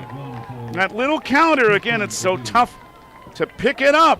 But DeVries just tucked it in, and he scores for the second time tonight. This one from 26 yards out. And Watford City takes the first 2:11 of the second half to score. They do have the kicking unit out there now. This is the freshman, Maxwell Thornock, who is 7 of 10 on extra points this year. Tristan DeVries is the holder. Thaden Arnold is the snapper. Snap a little low, but put down. The kick on the way and hit the right upright. So it is no good to keep the lead at 13. We'll take time with 9:49 remaining third quarter in Jamestown. Now it's Watford City 20, Jamestown 7. Back in 30 seconds on Dakota Country 96.1 and Jamestown 107.1. This is the voice of the Blue Jays. When you're working outdoors, unpredictability is the norm. Tackle your toughest jobs with the 2025 Honda Pioneer 700. This rugged side-by-side brings the power with reliable torque for towing and smooth shifting for the trails. Choose from 3 trims, Standard, Deluxe, or the True Timber Forest Edition. See the 2025 Honda Pioneer 700 at Gun and Reel Sports, downtown Jamestown. For your safety, read the owner's manual, wear a helmet, eye protection, close side nets and doors, and always wear seatbelts. Honda side-by-sides are for riders 16 and older. Miles Curtis, Effie Saylor back to take this kick of Maxwell Thornock for Watford City, who has a 2-score lead back. A very short kick taken by Heminger at his 27. Left to the 30, to the 40, and down near midfield, in fact, across midfield into the Watford City 49-yard line. Well, they tried to make that one a little shorter and tough to handle, but Braden Heminger had no problem with that one. As he returned it, Trayson Boss made the stop, but it's into Watford City territory at the, well, it's at the midfield stripe is where it is, but a good return of 23 yards. First and 10, Blue Jays. A 5-play, 74-yard drive in 2:11. Or did I say that already? Hand off to Fry around right end. 48-yard line, 45, all the way near the 41 of Watford City. Fry had a 51-yard first half running the football, as it looks like 9 more there. Tim Randalls up off the end of that play. They'll give 7 to Liam. Or 8, I should say, to the Watford City 42-yard line. Second down and 2. Saylor around right end on a sweep. 35, 30 of Watford City, and bowls his way down to the 26. First down. That play has worked well twice tonight. Trayson Boss was in on the stop. But it's 16 more. A Jamestown offense, boy, after a couple more mistakes early, they have looked a lot more confident since then. 1st and 10 Jamestown, the Watford City 26. 2 receivers left. They hand it to Fry. Left guard stutter steps, looks for room. Toss to the 23, down to the 22 before he's wrapped up by Boss. Gain of about 4. But there's not as much hesitation in this game tonight for Jamestown offensively. Looking a lot more confident in what they're doing, but they're still having to rally. Down 20-7 to Watford City. 8:28 in the third, and the clock runs. 2nd down and 6 Jamestown at the Watford City 22. Seffi Saylor wide left, Cale Verkey to the right. Wide sides to the right.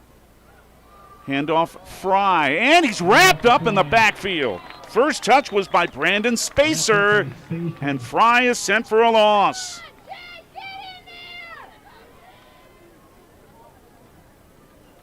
A yard it is to the Watford City 23. 3rd down and 7. Jamestown 2 of 7 on 3rd down in the first half.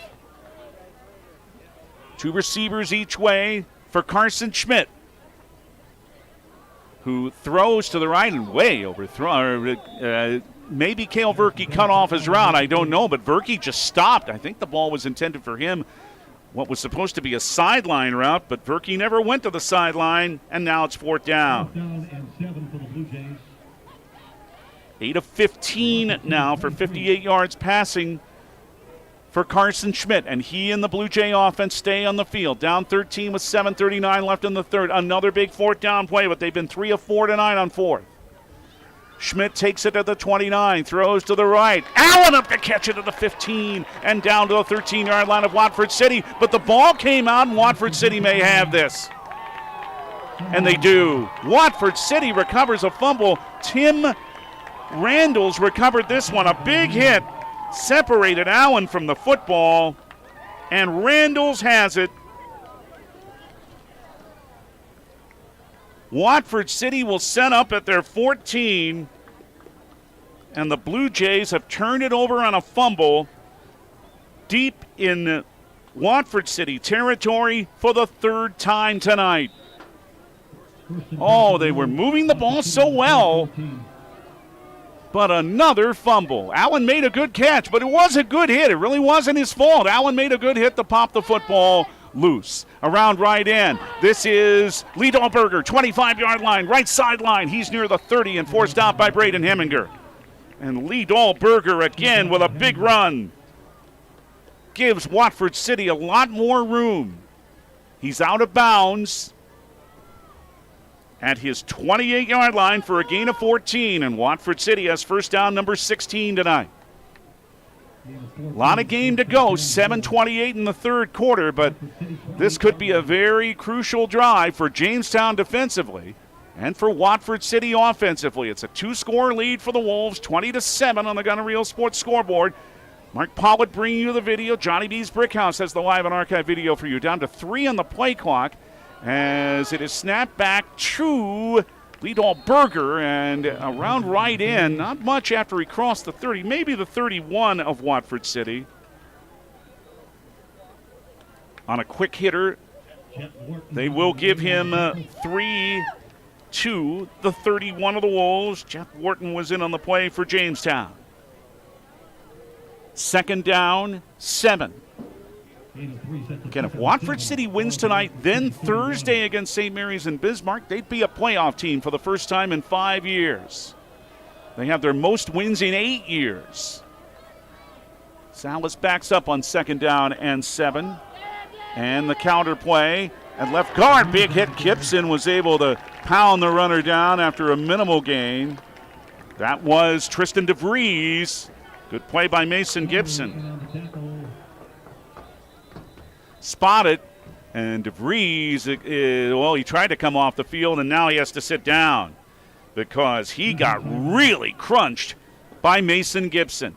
It is no gain. It is to the Watford City 31, and the Wolves will face 3rd and 7 coming up. After A very important player, the junior Tristan DeVries, is tended to. That'll give us a chance to look at the scoreboard. In the East in 11AA, Kindred has completed their victory at Grand Forks Central, 21-7. Other scores are what we gave you at our halftime break. Red River leading Wapaton in the half, 28-20. Central Cass leading Fargo South, 10-7. And in 11AA West, the one game in progress, Minot North leading Devils Lake at the half in Minot, 13-0. St. Mary's and Dickinson just about to kick off out in Dickinson. And DeVries really got hit, and they're still having to tend to him at the Watford City 30-yard line. It was a gain of it was no gain on the play. Now DeVries, I'm glad to tell you, is standing up and walking off the field. So he'll have to come out for at least a play. And so back to play will be shortly with 6:35 in the third quarter.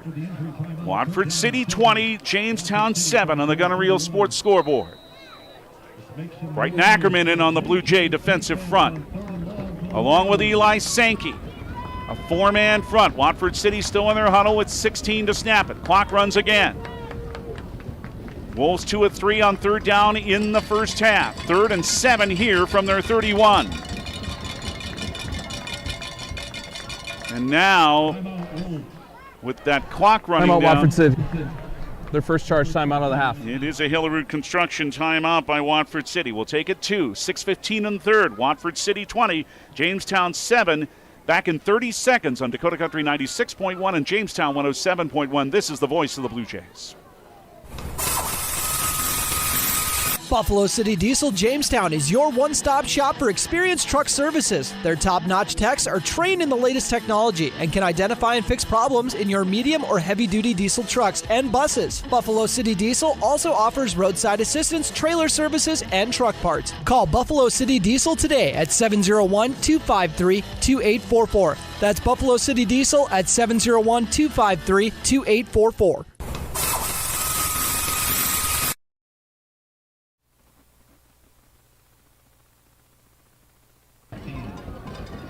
So after a Jim Douly timeout, he brings his Watford City team back onto the field. And the Wolves set up 3rd and 7 from their 31. Salas steps back. The two wings beside him. And around right end to the 33-yard line, but not much more than that.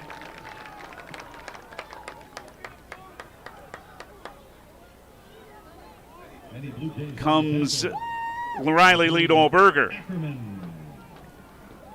You just mentioned young Mr. Brighton Ackerman. He made the good play there and held Liedel-Berger to a 2-yard gain. Now, what's Watford City going to do here? They're in their own end, and the kicking game has been somewhat of an adventure for them.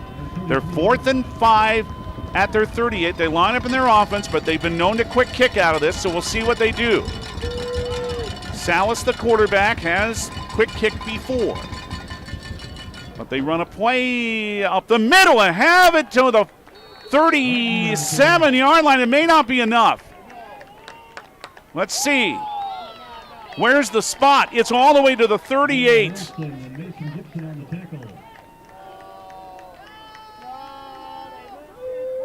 Now you can hear what the Blue Jay fans think of that. They brought in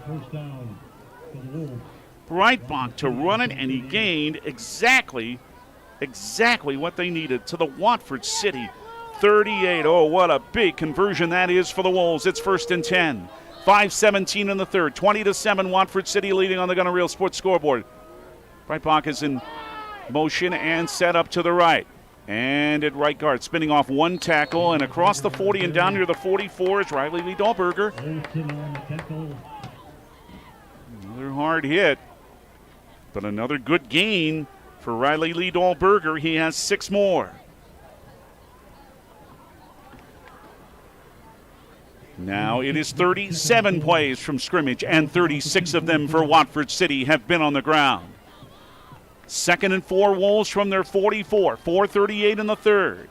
20-7, Watford City leading on the Gunner Reel Sports scoreboard. Wide out to the left. Salas, who's going to take this snap. It's a crowd, and it's Lee Dahlberger. Around left end, 45-46. Still going to be short, but it'll be fourth down and not much. And you know if they went for it the last time, they're going to go to do so again. Braden Hemmiger the stop. It's spotted at the 47-yard line of Watford City. So it is third down, and that was second down. Now it's third down. They changed the down marker too quickly on me. Now it's third down, and Watford City doesn't see this, frankly, as much of an issue. 2 downs with this offense to make a yard isn't a whole lot for them. 2 of 4 tonight. You hear the Blue Jay fans with their cowbells. Near the left hash. It is DeVries who's back in there, and he's across midfield. Easily has the first down across the Jamestown 48 and near the 47-yard line. Before the hit was made by Eli Sankey. But again, they convert to the 47-yard line of Jamestown. DeVries another carry. The clock keeps running. 3:25 left, third quarter. It's a 2-score lead for Watford City. They lead 20-7. Connor Winter is wide to the right. Watford City with 9 behind the center. Now into their usual formation. 1st and 10, the Jamestown 47-yard line. And a lead play. This is Lee Dahlberger with Salas throwing a block. He's down to the 41-yard line of Jamestown before he's pushed back. Contact made by H.C. Mack. H.C. Mack was in on that play for the Jays. 5, second down and 5. Spotted at the Jamestown 42 for 5 more. Second down and 5. Under 3 minutes now in the third quarter. Watford City taking their time in their huddle. Still 15 to snap it as they just now are at the line of scrimmage. There's 10 on the play clock. 2:33 in the third quarter. Brogan Shannon and now Riley Dahlberger beside Salas, and it is the handoff to DeVries around left end. 35-30, there he goes again! 20-10 left sideline, bumped out of bounds. He's just before the end zone. Bumped out of bounds by Aiden Scary, and another hard hit. DeVries is down again. He was a moment ago, but it's going to be 1st and goal here for Watford City. Ruled to be out of bounds at the 3, but to the left of the end zone to our left, the south end zone. They're again having to tend to Tristan DeVries. He took a hard shot from Aiden Scary, who was trying to do nothing more than force him out of bounds, but he really got shaken up a few moments ago earlier on this drive, and it just happened to him again. Where is this spot going to be? It looks like it's the 4-yard line, actually. Or is it the 5? In any case, it's a big run. They will say the 4-yard line of Jamestown. 38 more for Tristan DeVries, who now tonight has 197 yards on 16 carries. Riley Lee Dahlberger has 133 yards on 17 carries. And DeVries came in averaging over 10 yards a carry for the season. And he's doing that again tonight. But unfortunately, he's still being tended to. 2:18 left, third quarter. Let's take a break while they continue. No, they've got DeVries up, so hang on. We won't take that break. DeVries is up. Again, it's 2 in the end zone to our left, and they'll bring him off the field after he gets his helmet back.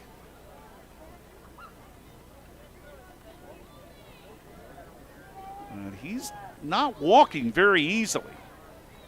But since he's near the end, he can walk around the end that way. But they'll want to give him a few plays off at least. DeVries is not moving very smartly at the moment. But Watford City has on this drive that started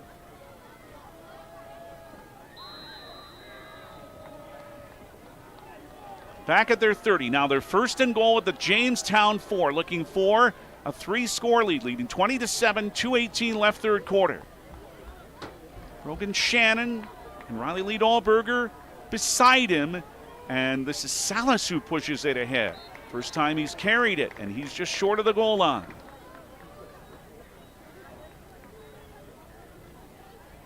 And a gainer was in on that stop. But it'll be second down and goal. In between the 1 and 2, statistically call it the 1. Watford City needs about 1.5 yards.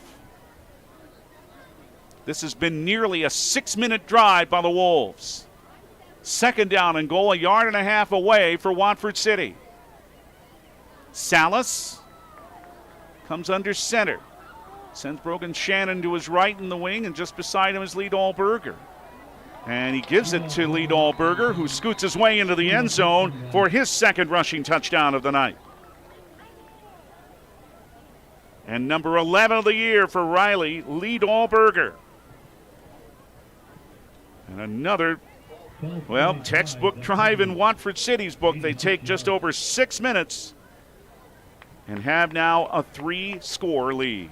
26-7 is the lead for the Wolves.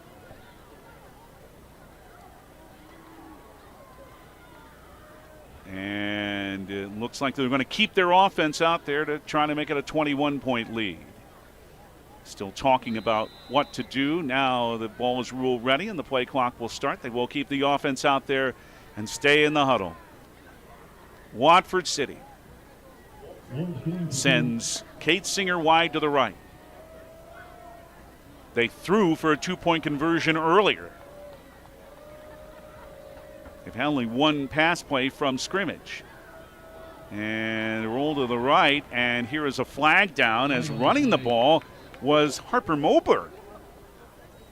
But here came Moberg. He was stopped short anyway at the 1-yard line. So the flag was down, but in either case, it doesn't count. But a big touchdown does count for Watford City. 1:34 remains third quarter in Jamestown at Hansen Stadium. Now it's Watford City 26, Jamestown 7 on the Gunner Real Sports scoreboard. Back in 30 seconds on Dakota Country 96.1 and Jamestown 107.1. This is the voice of the Blue Jays. Johnny B's Brickhouse, famous for their pizza, but wait, there's pasta, and their amazing wings, and fresh ground hamburgers, tasty salads and appetizers too. And for dessert, you can't beat their sweet sticks. Come on out for Tuesday night trivia and live entertainment every Thursday night. The place to be is Johnny B's, smack dab in the middle of Main Street, downtown Jamestown. And remember, for delivery and carryout, call 952-8777.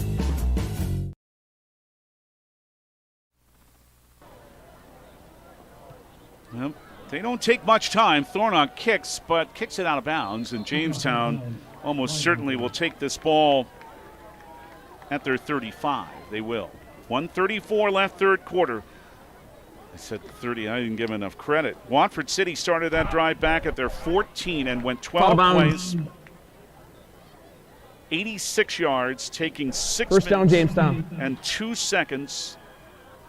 And Riley Lee Dahlberger finished it with a 1-yard touchdown run. And now the task becomes ever tougher for Jamestown. Down 26-7. Still 1:34 left in the third quarter, but an offense that has moved better tonight's got to go now. 3 lost fumbles have hurt them. They've all turned into Watford City touchdowns. Carson Schmidt in the pistol. Hands off around right end. Liam Fry to his 40, 45 down near midfield. That should be enough for the first down. And it is to midfield.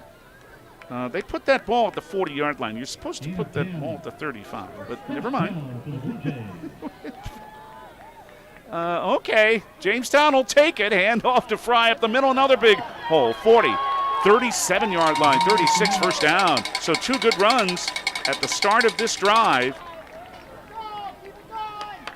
for Liam Fry. So he gains 15 more yards to the 35-yard line of Watford City. First down again for Jamestown. 2 receivers each way, but it's to Fry up the middle. 30, another big hole, 25-20. Left seam 15, down to the 11, and brought down there by Breitbach. Liam Fry has powered the ball ahead at the start of this drive. 24 more there to the 11-yard line of Watford City. 1st and 10, Jamestown, 45 seconds left, third quarter. Wide out to the right, you know where it's going. It's Fry, and they're able to stack him up this time at the line of scrimmage. Great pursuit led by Birch Shetter, the sophomore, and others. Held Liam to no gain. Jamestown will have 2nd down and 10.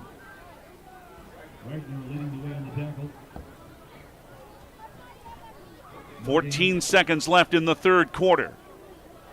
Jamestown looks like they will snap it before the quarter ends. 7 seconds to go in 6. Sailor in motion to the right. Counterplay, Will Bennett at left guard down to the 5-yard line. 6 more for Will. So Jamestown will be at the 5-yard line when the fourth quarter begins. At the end of 3 on the Gunner Reel Sports scoreboard at Hansen Stadium in Jamestown.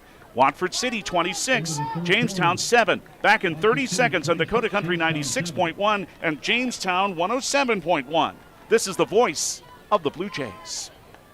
Are you looking for a rewarding job and a great environment where you can make a difference in someone else's life every day? SMP Health Ave Maria in Jamestown is looking for you. Visit smthealth.org/Ave Maria and click on the Careers tab to find the most up-to-date openings available. smthealth.org/Ave Maria. They're currently looking for nurses, housekeepers, CNAs, and universal assistants. Be sure to visit the website if you're interested and qualified for any of the positions that are open at smthealth.org/Ave Maria.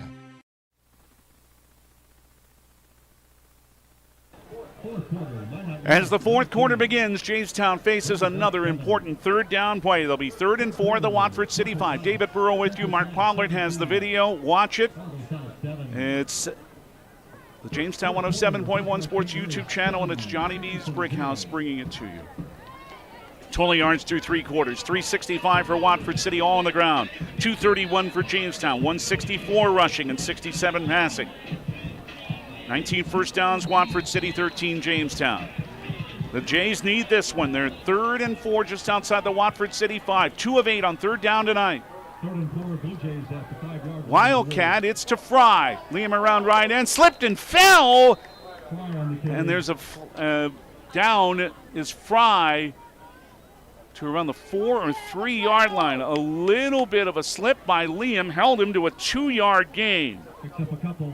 4th down and 2.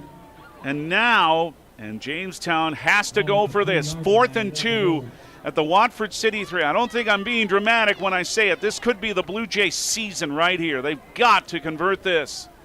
Wildcat again with Will Bennett beside Liam Fry in the backfield. There are 3 receivers wide, but it is Fry to take the direct snap. Around left end, touchdown Jamestown. Liam Fry has number 10. And the Jays keep that hope going. There's still 11:19 to go. They're within 26-13 of Watford City.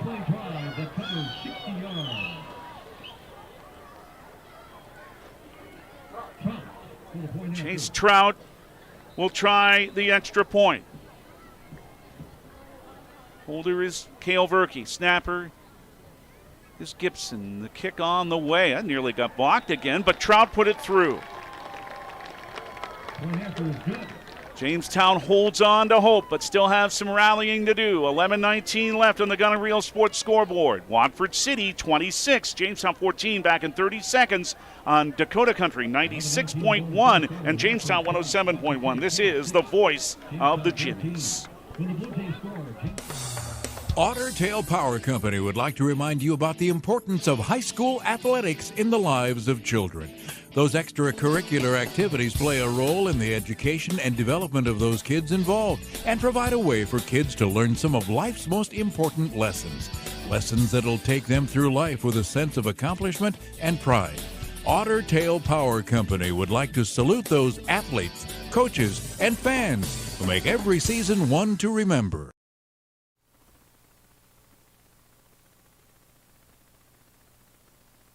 Watford City 26-14 now over Jamestown after the Jays go 7 plays 60 yards in 2:21 ending with Liam Fry's 10th rushing touchdown of the year. Chase Trout will kick off from right to left.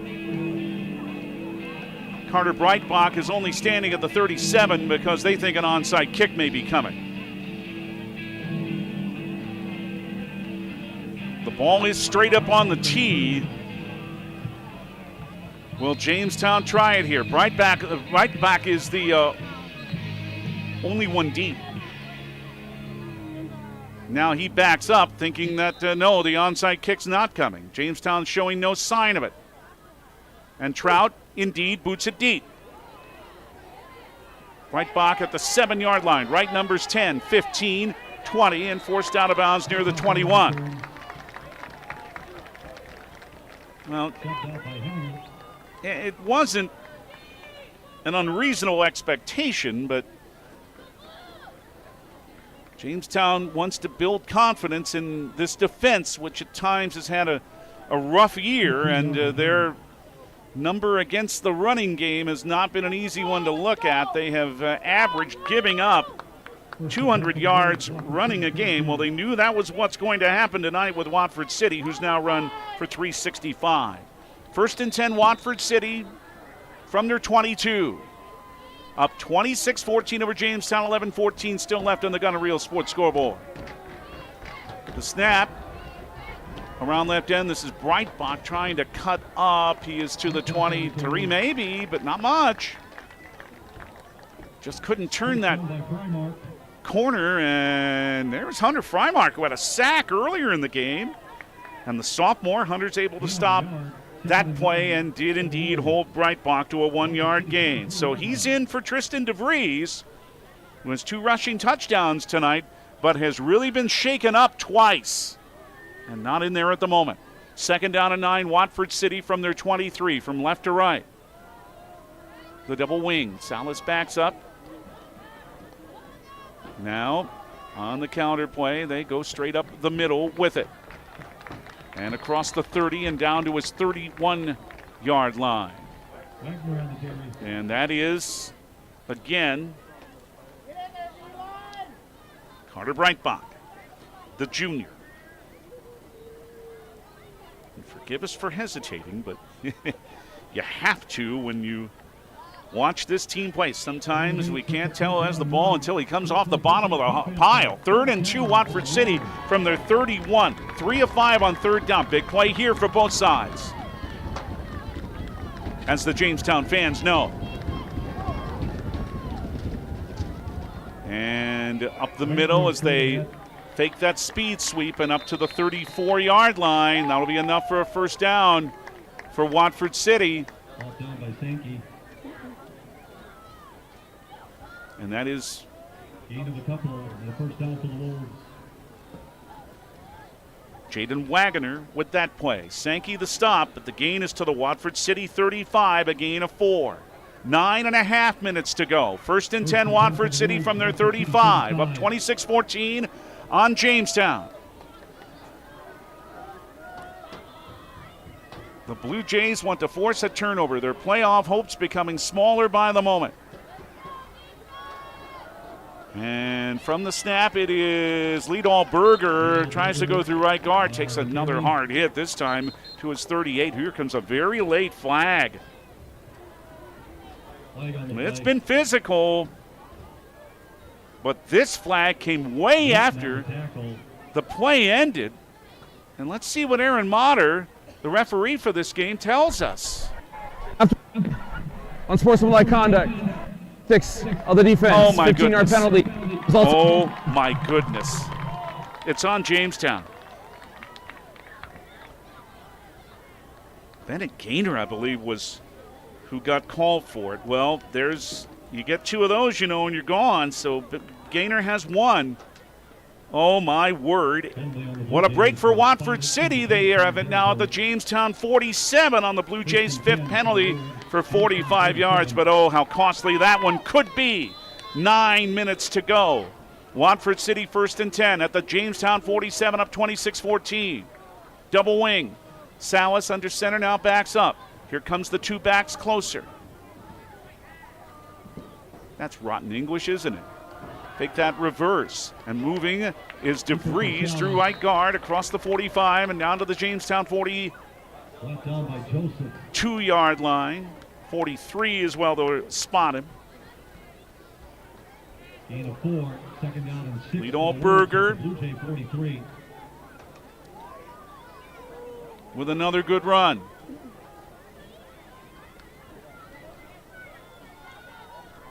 And again, Watford City, especially now in the fourth quarter, is going to take all the time they can in their huddle. Just coming out of 15 on the play clock. 2nd and 6 at the Jamestown 43. Right in the middle of the field. I don't need to tell you wide side. That doesn't matter with this offense. And working his way up the middle again is Lee Dahlberger with Salas a lead block. He's down at the 38. That's going to make it 3rd down and short. Blue Jay coaches, fans complaining about something. But Lee Dahlberger has it down to the Jamestown 38 for 5 more. 389 yards, all rushing for Watford City. 49 plays, 48 on the ground. 3rd and 1, Jamestown 38. 7.5 minutes to go. 26-14, Watford City. Wolves are 4 of 6 on 3rd down. Salas brings those backs close. Looks at a 5-man front. And around and up the middle to the 35-yard line. Again, that is enough for a 1st down. Eli Sankey is able to bring down Jaden Wagner, but it's enough for a 1st down again for Watford City. To the Jamestown 35. 7:05 left. Over a 4-minute drive already for Watford City. Their last touchdown marks was 2 seconds over 6 minutes. If they do that again, that could put this game away. 1st and 10, Watford City at the Jamestown 35. And the snap around right end. This is the Lee Dahlberger, 25-20, and forced out of bounds by Hamburger, but not until the Jamestown 15. 20 more for Riley Lee Dahlberger. And 20, first down for Watford City. And Watford City moves those sticks again. The 23rd first down for them in this game. What's the number now for Riley Lee Dahlberger? How about 166 yards on 22 carries? Tristan DeVries, who's shaken up, has 197. 1st and 10, Watford City. The Jamestown 15, 6:35 to go. And off of that spin, and they just hand it up the middle as they fake that reverse and down to the 5 and nearly to the 4-yard line. Brogan. No, Ethan Luna is the one with that carry for 11 more to the 4-yard line of Jamestown, and it is 1st down and goal for Watford City. It'll be over 5 minutes on this drive the next time they snap the ball. 6:22 to go. Mason Gibson, as the late substitution is made, returns. 1st and goal, Watford City. The Jamestown 4-yard line. Snap on a little spin, moving straight ahead, pushing that pile forward near the 1-yard line, but no more.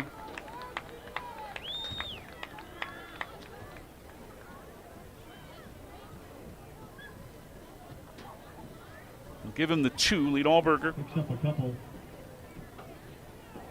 2nd and goal, ball at the Blue Jay 2. You know Watford City's not going to change now. Clock keeps running, 5:40 left. Watford City 26, Jamestown 14 on the Gun and Reel Sports scoreboard.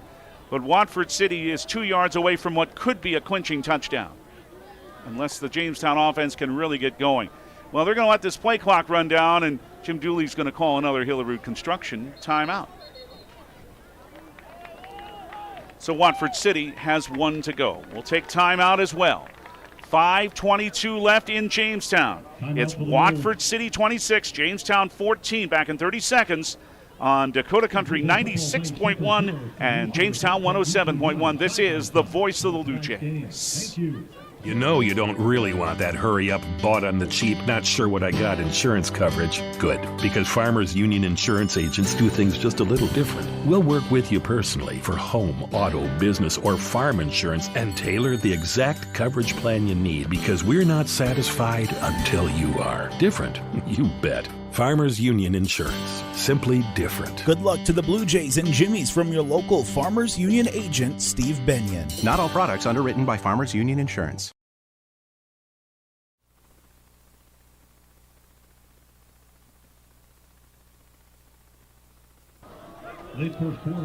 So a second down awaits Watford City. Here's second down and goal to Jamestown 2.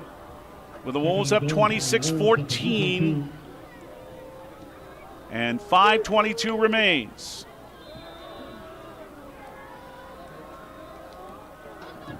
Baylor Salas under center.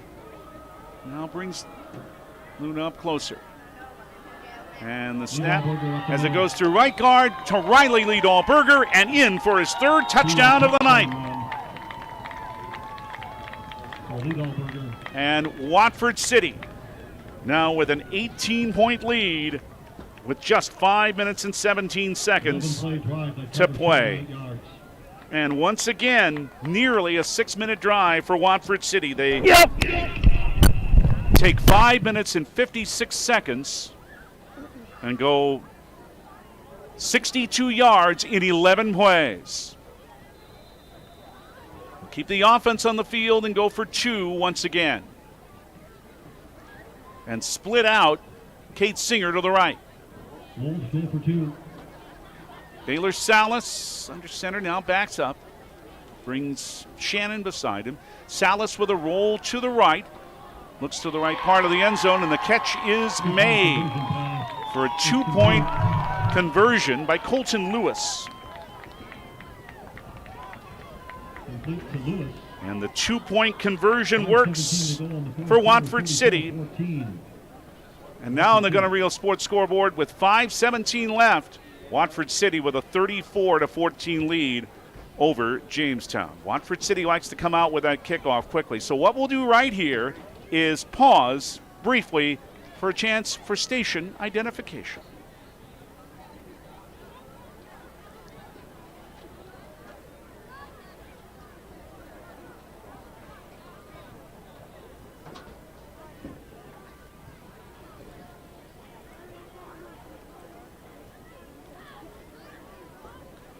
Three touchdowns and now 170 yards rushing for Riley Liedalberger. 2 touchdowns, 197 for Tristan DeVries. 427 yards on the ground for Watford City. The kickoff from Maxwell Thornock, and he put it straight left and out of bounds again.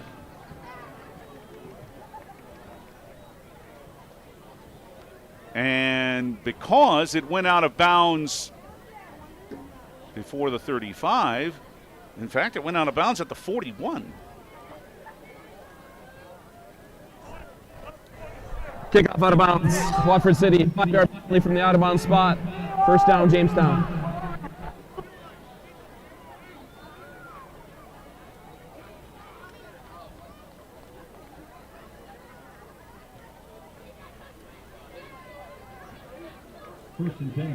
So this is 5 yards forward from where the kick went out of bounds. So Jamestown takes over at the 46, 1st and 10. But they're down 3 scores. Snap is to Carson Schmidt. Throw to the left, wide open is Saylor at the 42-yard line of Watford City. 40 and out of bounds at the 36. Saylor's had a good night receiving. 18 more yards for Seffi right there. 4 catches, 59 yards now for Saylor. 1st and 10, Jamestown to Watford City 36. 2 receivers each way. Schmidt takes the snap, throws to the right, and it is a little behind the intended receiver at the 25-yard line of Watford City. That's Cale Verkey. And it's 2nd down and 10. Schmidt's throws have been crisp tonight. There was a problem when he first had to take over for the injured Brady Neenal of him throwing off his back foot, but these throws tonight show he isn't doing that. 2 receivers each way. 2nd and 10 at the Watford City 36. Schmidt follows through, throws it to the 30, caught Verke, 25, spins forward to the 24-yard line, first down. Down by Moberg. Middle backer Harper Moberg with the spot. But it's a 12-yard gain. Now it's 1st and 10 Jamestown, the 24 Watford City. 4:52 left, 34-14 Watford City. Schmidt at his 32. Looks long down the middle for Saylor in the end zone. Brings it in. Touchdown Jamestown. Schmidt and Saylor combine for the 2nd time tonight for a score. And the Blue Jays trying to stay around. Cut the Watford City lead to 34-20 with 4:44 remaining.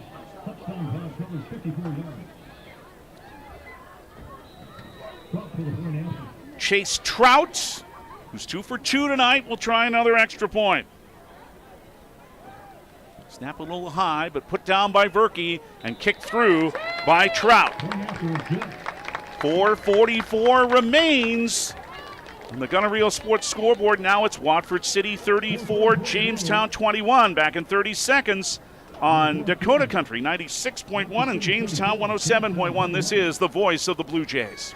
Need some custom screen printed t-shirts? Lots of t-shirts? You need originals. Originals! Or do you just need one shirt with your corporate logo for the new guy? Originals! Caps, jackets, U sizes, adult sizes, Blue Jay apparel, Jimmy apparel. You need originals. There you have it, folks. For custom printed apparel, embroidery, and work apparel, it's Originals. They can also do online stores for your sports team or business. 216 First Avenue, downtown Jamestown. Open 9 to 5 weekdays. Visit originals.com.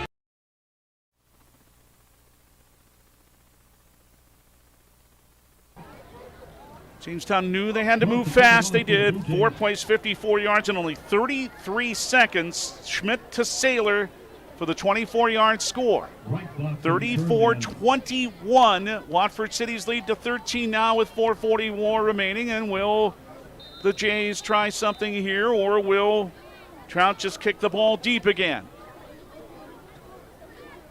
Carter Breitbach is waiting back at his 13, and they do try the onside kick. Couple of big bounces, but it is Watford City's Cade Singer to take it outside his 40-yard line. Yeah, they did try it there, but a good play by Singer to put his hands on the football. Now it's up to Jamestown's defense to try to stop Watford City's ground game with 4:41 to go. Watford City will take over at their 42-yard line. 1st and 10 Wolves, Watford City 42. Couple of big bounces, but the last bounce too big and easily into the arms of the senior Cade Singer. 1st and 10, Watford City from their 42. Jamestown has all of their timeouts. Let's see when they start using them. And a run blitz look, and the play goes up the middle to around the 45-yard line. This is the sophomore. Again, it's Brogan Shannon, who's had a few of the carries tonight, but he's all the way forward to his 47, and this is what this team does so much, 5 yards with that big push up the middle. 2nd and 5, Watford City from their 47. Still 4:10 left. A 34-21 Watford City lead. They'll try to run this clock out, but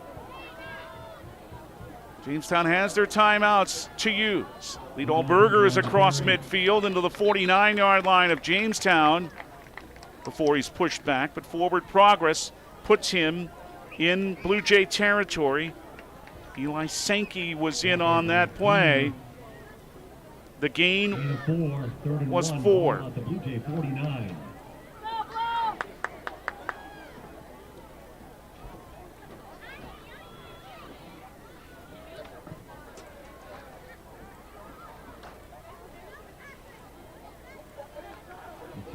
So now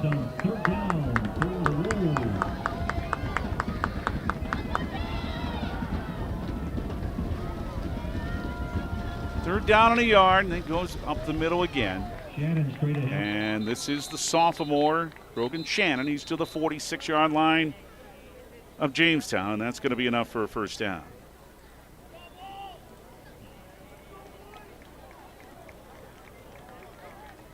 Gibson down low on the tackle. So Watford City Gain of 3 sets up a first able to down. move the ball ahead now to the 46-yard line of Jamestown.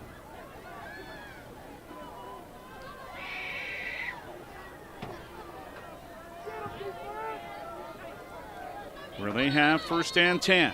And now to the line of scrimmage, but here comes a flag. Full start. Offense. Penalty, replay. No. Fifth penalty on Watford City tonight.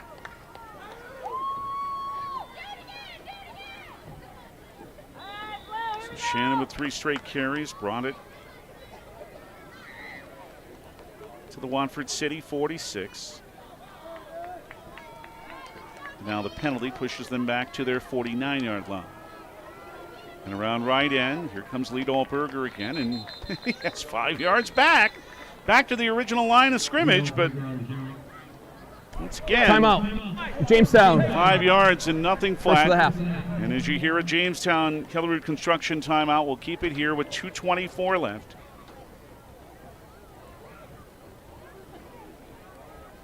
And Lee Dahlberger, they'll give him 4 this time to the 47-yard line of Jamestown. It'll be second down and 11. Wahpeton 26.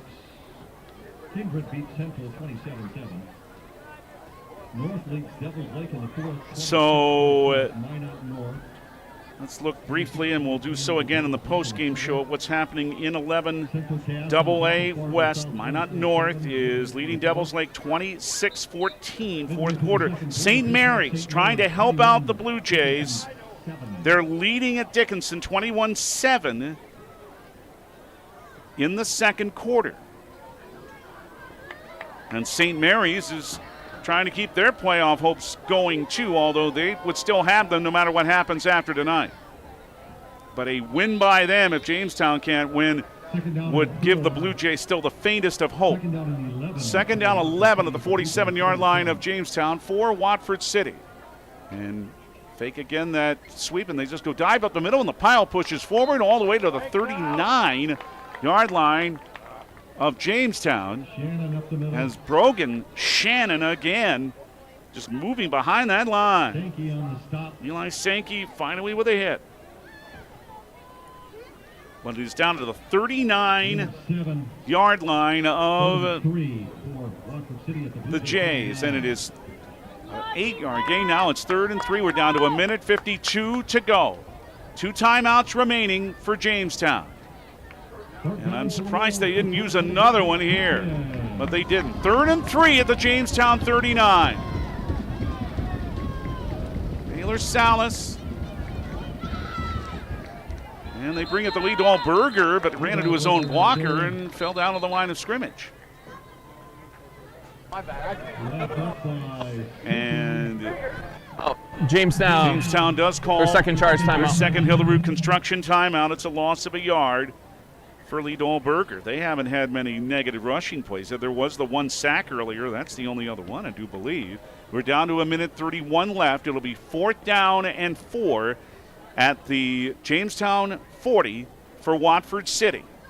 But only 1 timeout left, so 4 more yards would wrap up this win for the Wolves.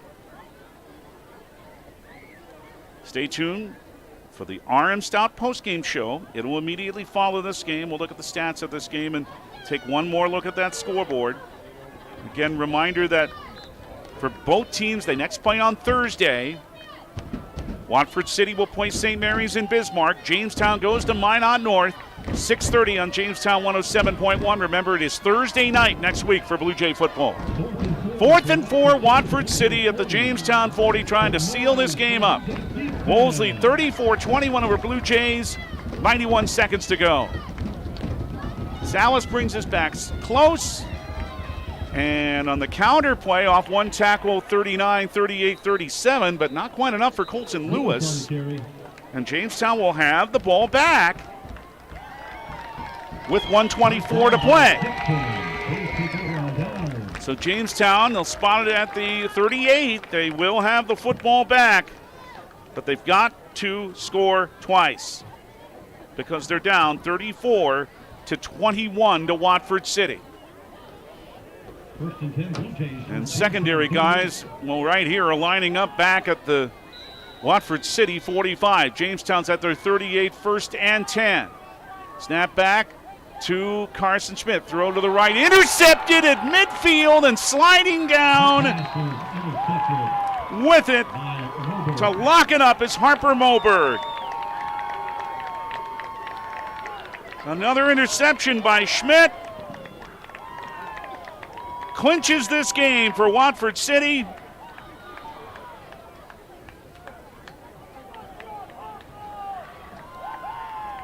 And he slides down to the Blue Jay 46-yard line, and now just a couple of snaps will end it and give Watford City win number 4. And a kneel down, they'll need to do that one more time. And again, if now the Wolves can win in Bismarck on Thursday night, they would wrap up their first playoff berth in 5 years. As once again, Jim Douly is working his magic. Had all those successful teams in Beulah, and he's starting to turn Watford City around after some struggling years recently. One more kneel down, they'll all be needed here by Baylor Salas, and he does, and it's over. And now for the Jamestown Blue Jays.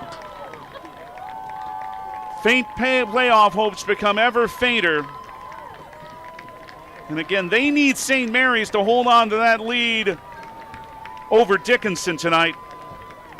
Because again, the scenario of a Dickinson win and a Minot North win would eliminate Jamestown. But Watford City not eliminated at all. Again, they're one win away from a playoff berth. Our final score on the Gun and Reel Sports scoreboard at Hansen Stadium in Jamestown: the Watford City Wolves 34, the Jamestown Blue Jays 21.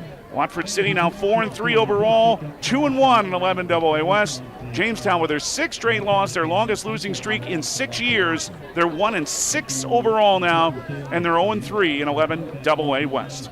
The Armstown postgame show begins in 2 minutes on Dakota Country 96.1 and Jamestown 107.1. This is the voice of the Blue Jays. Whether you're on the field, in the stands, or chasing the kids around the house, pain shouldn't slow you down. At the Chiropractic Arts Clinic in Jamestown, they help athletes, weekend warriors, and everyday movers feel their very best. From back pain to joint issues, their experienced team gets you back in the game fast. Located right here in Jamestown, trusted by local athletes and focused on you. The Chiropractic Arts Clinic. Move better, live better. Call today. 252-2424. Good luck, Blue Jays and Jimmies, in this year's sports season.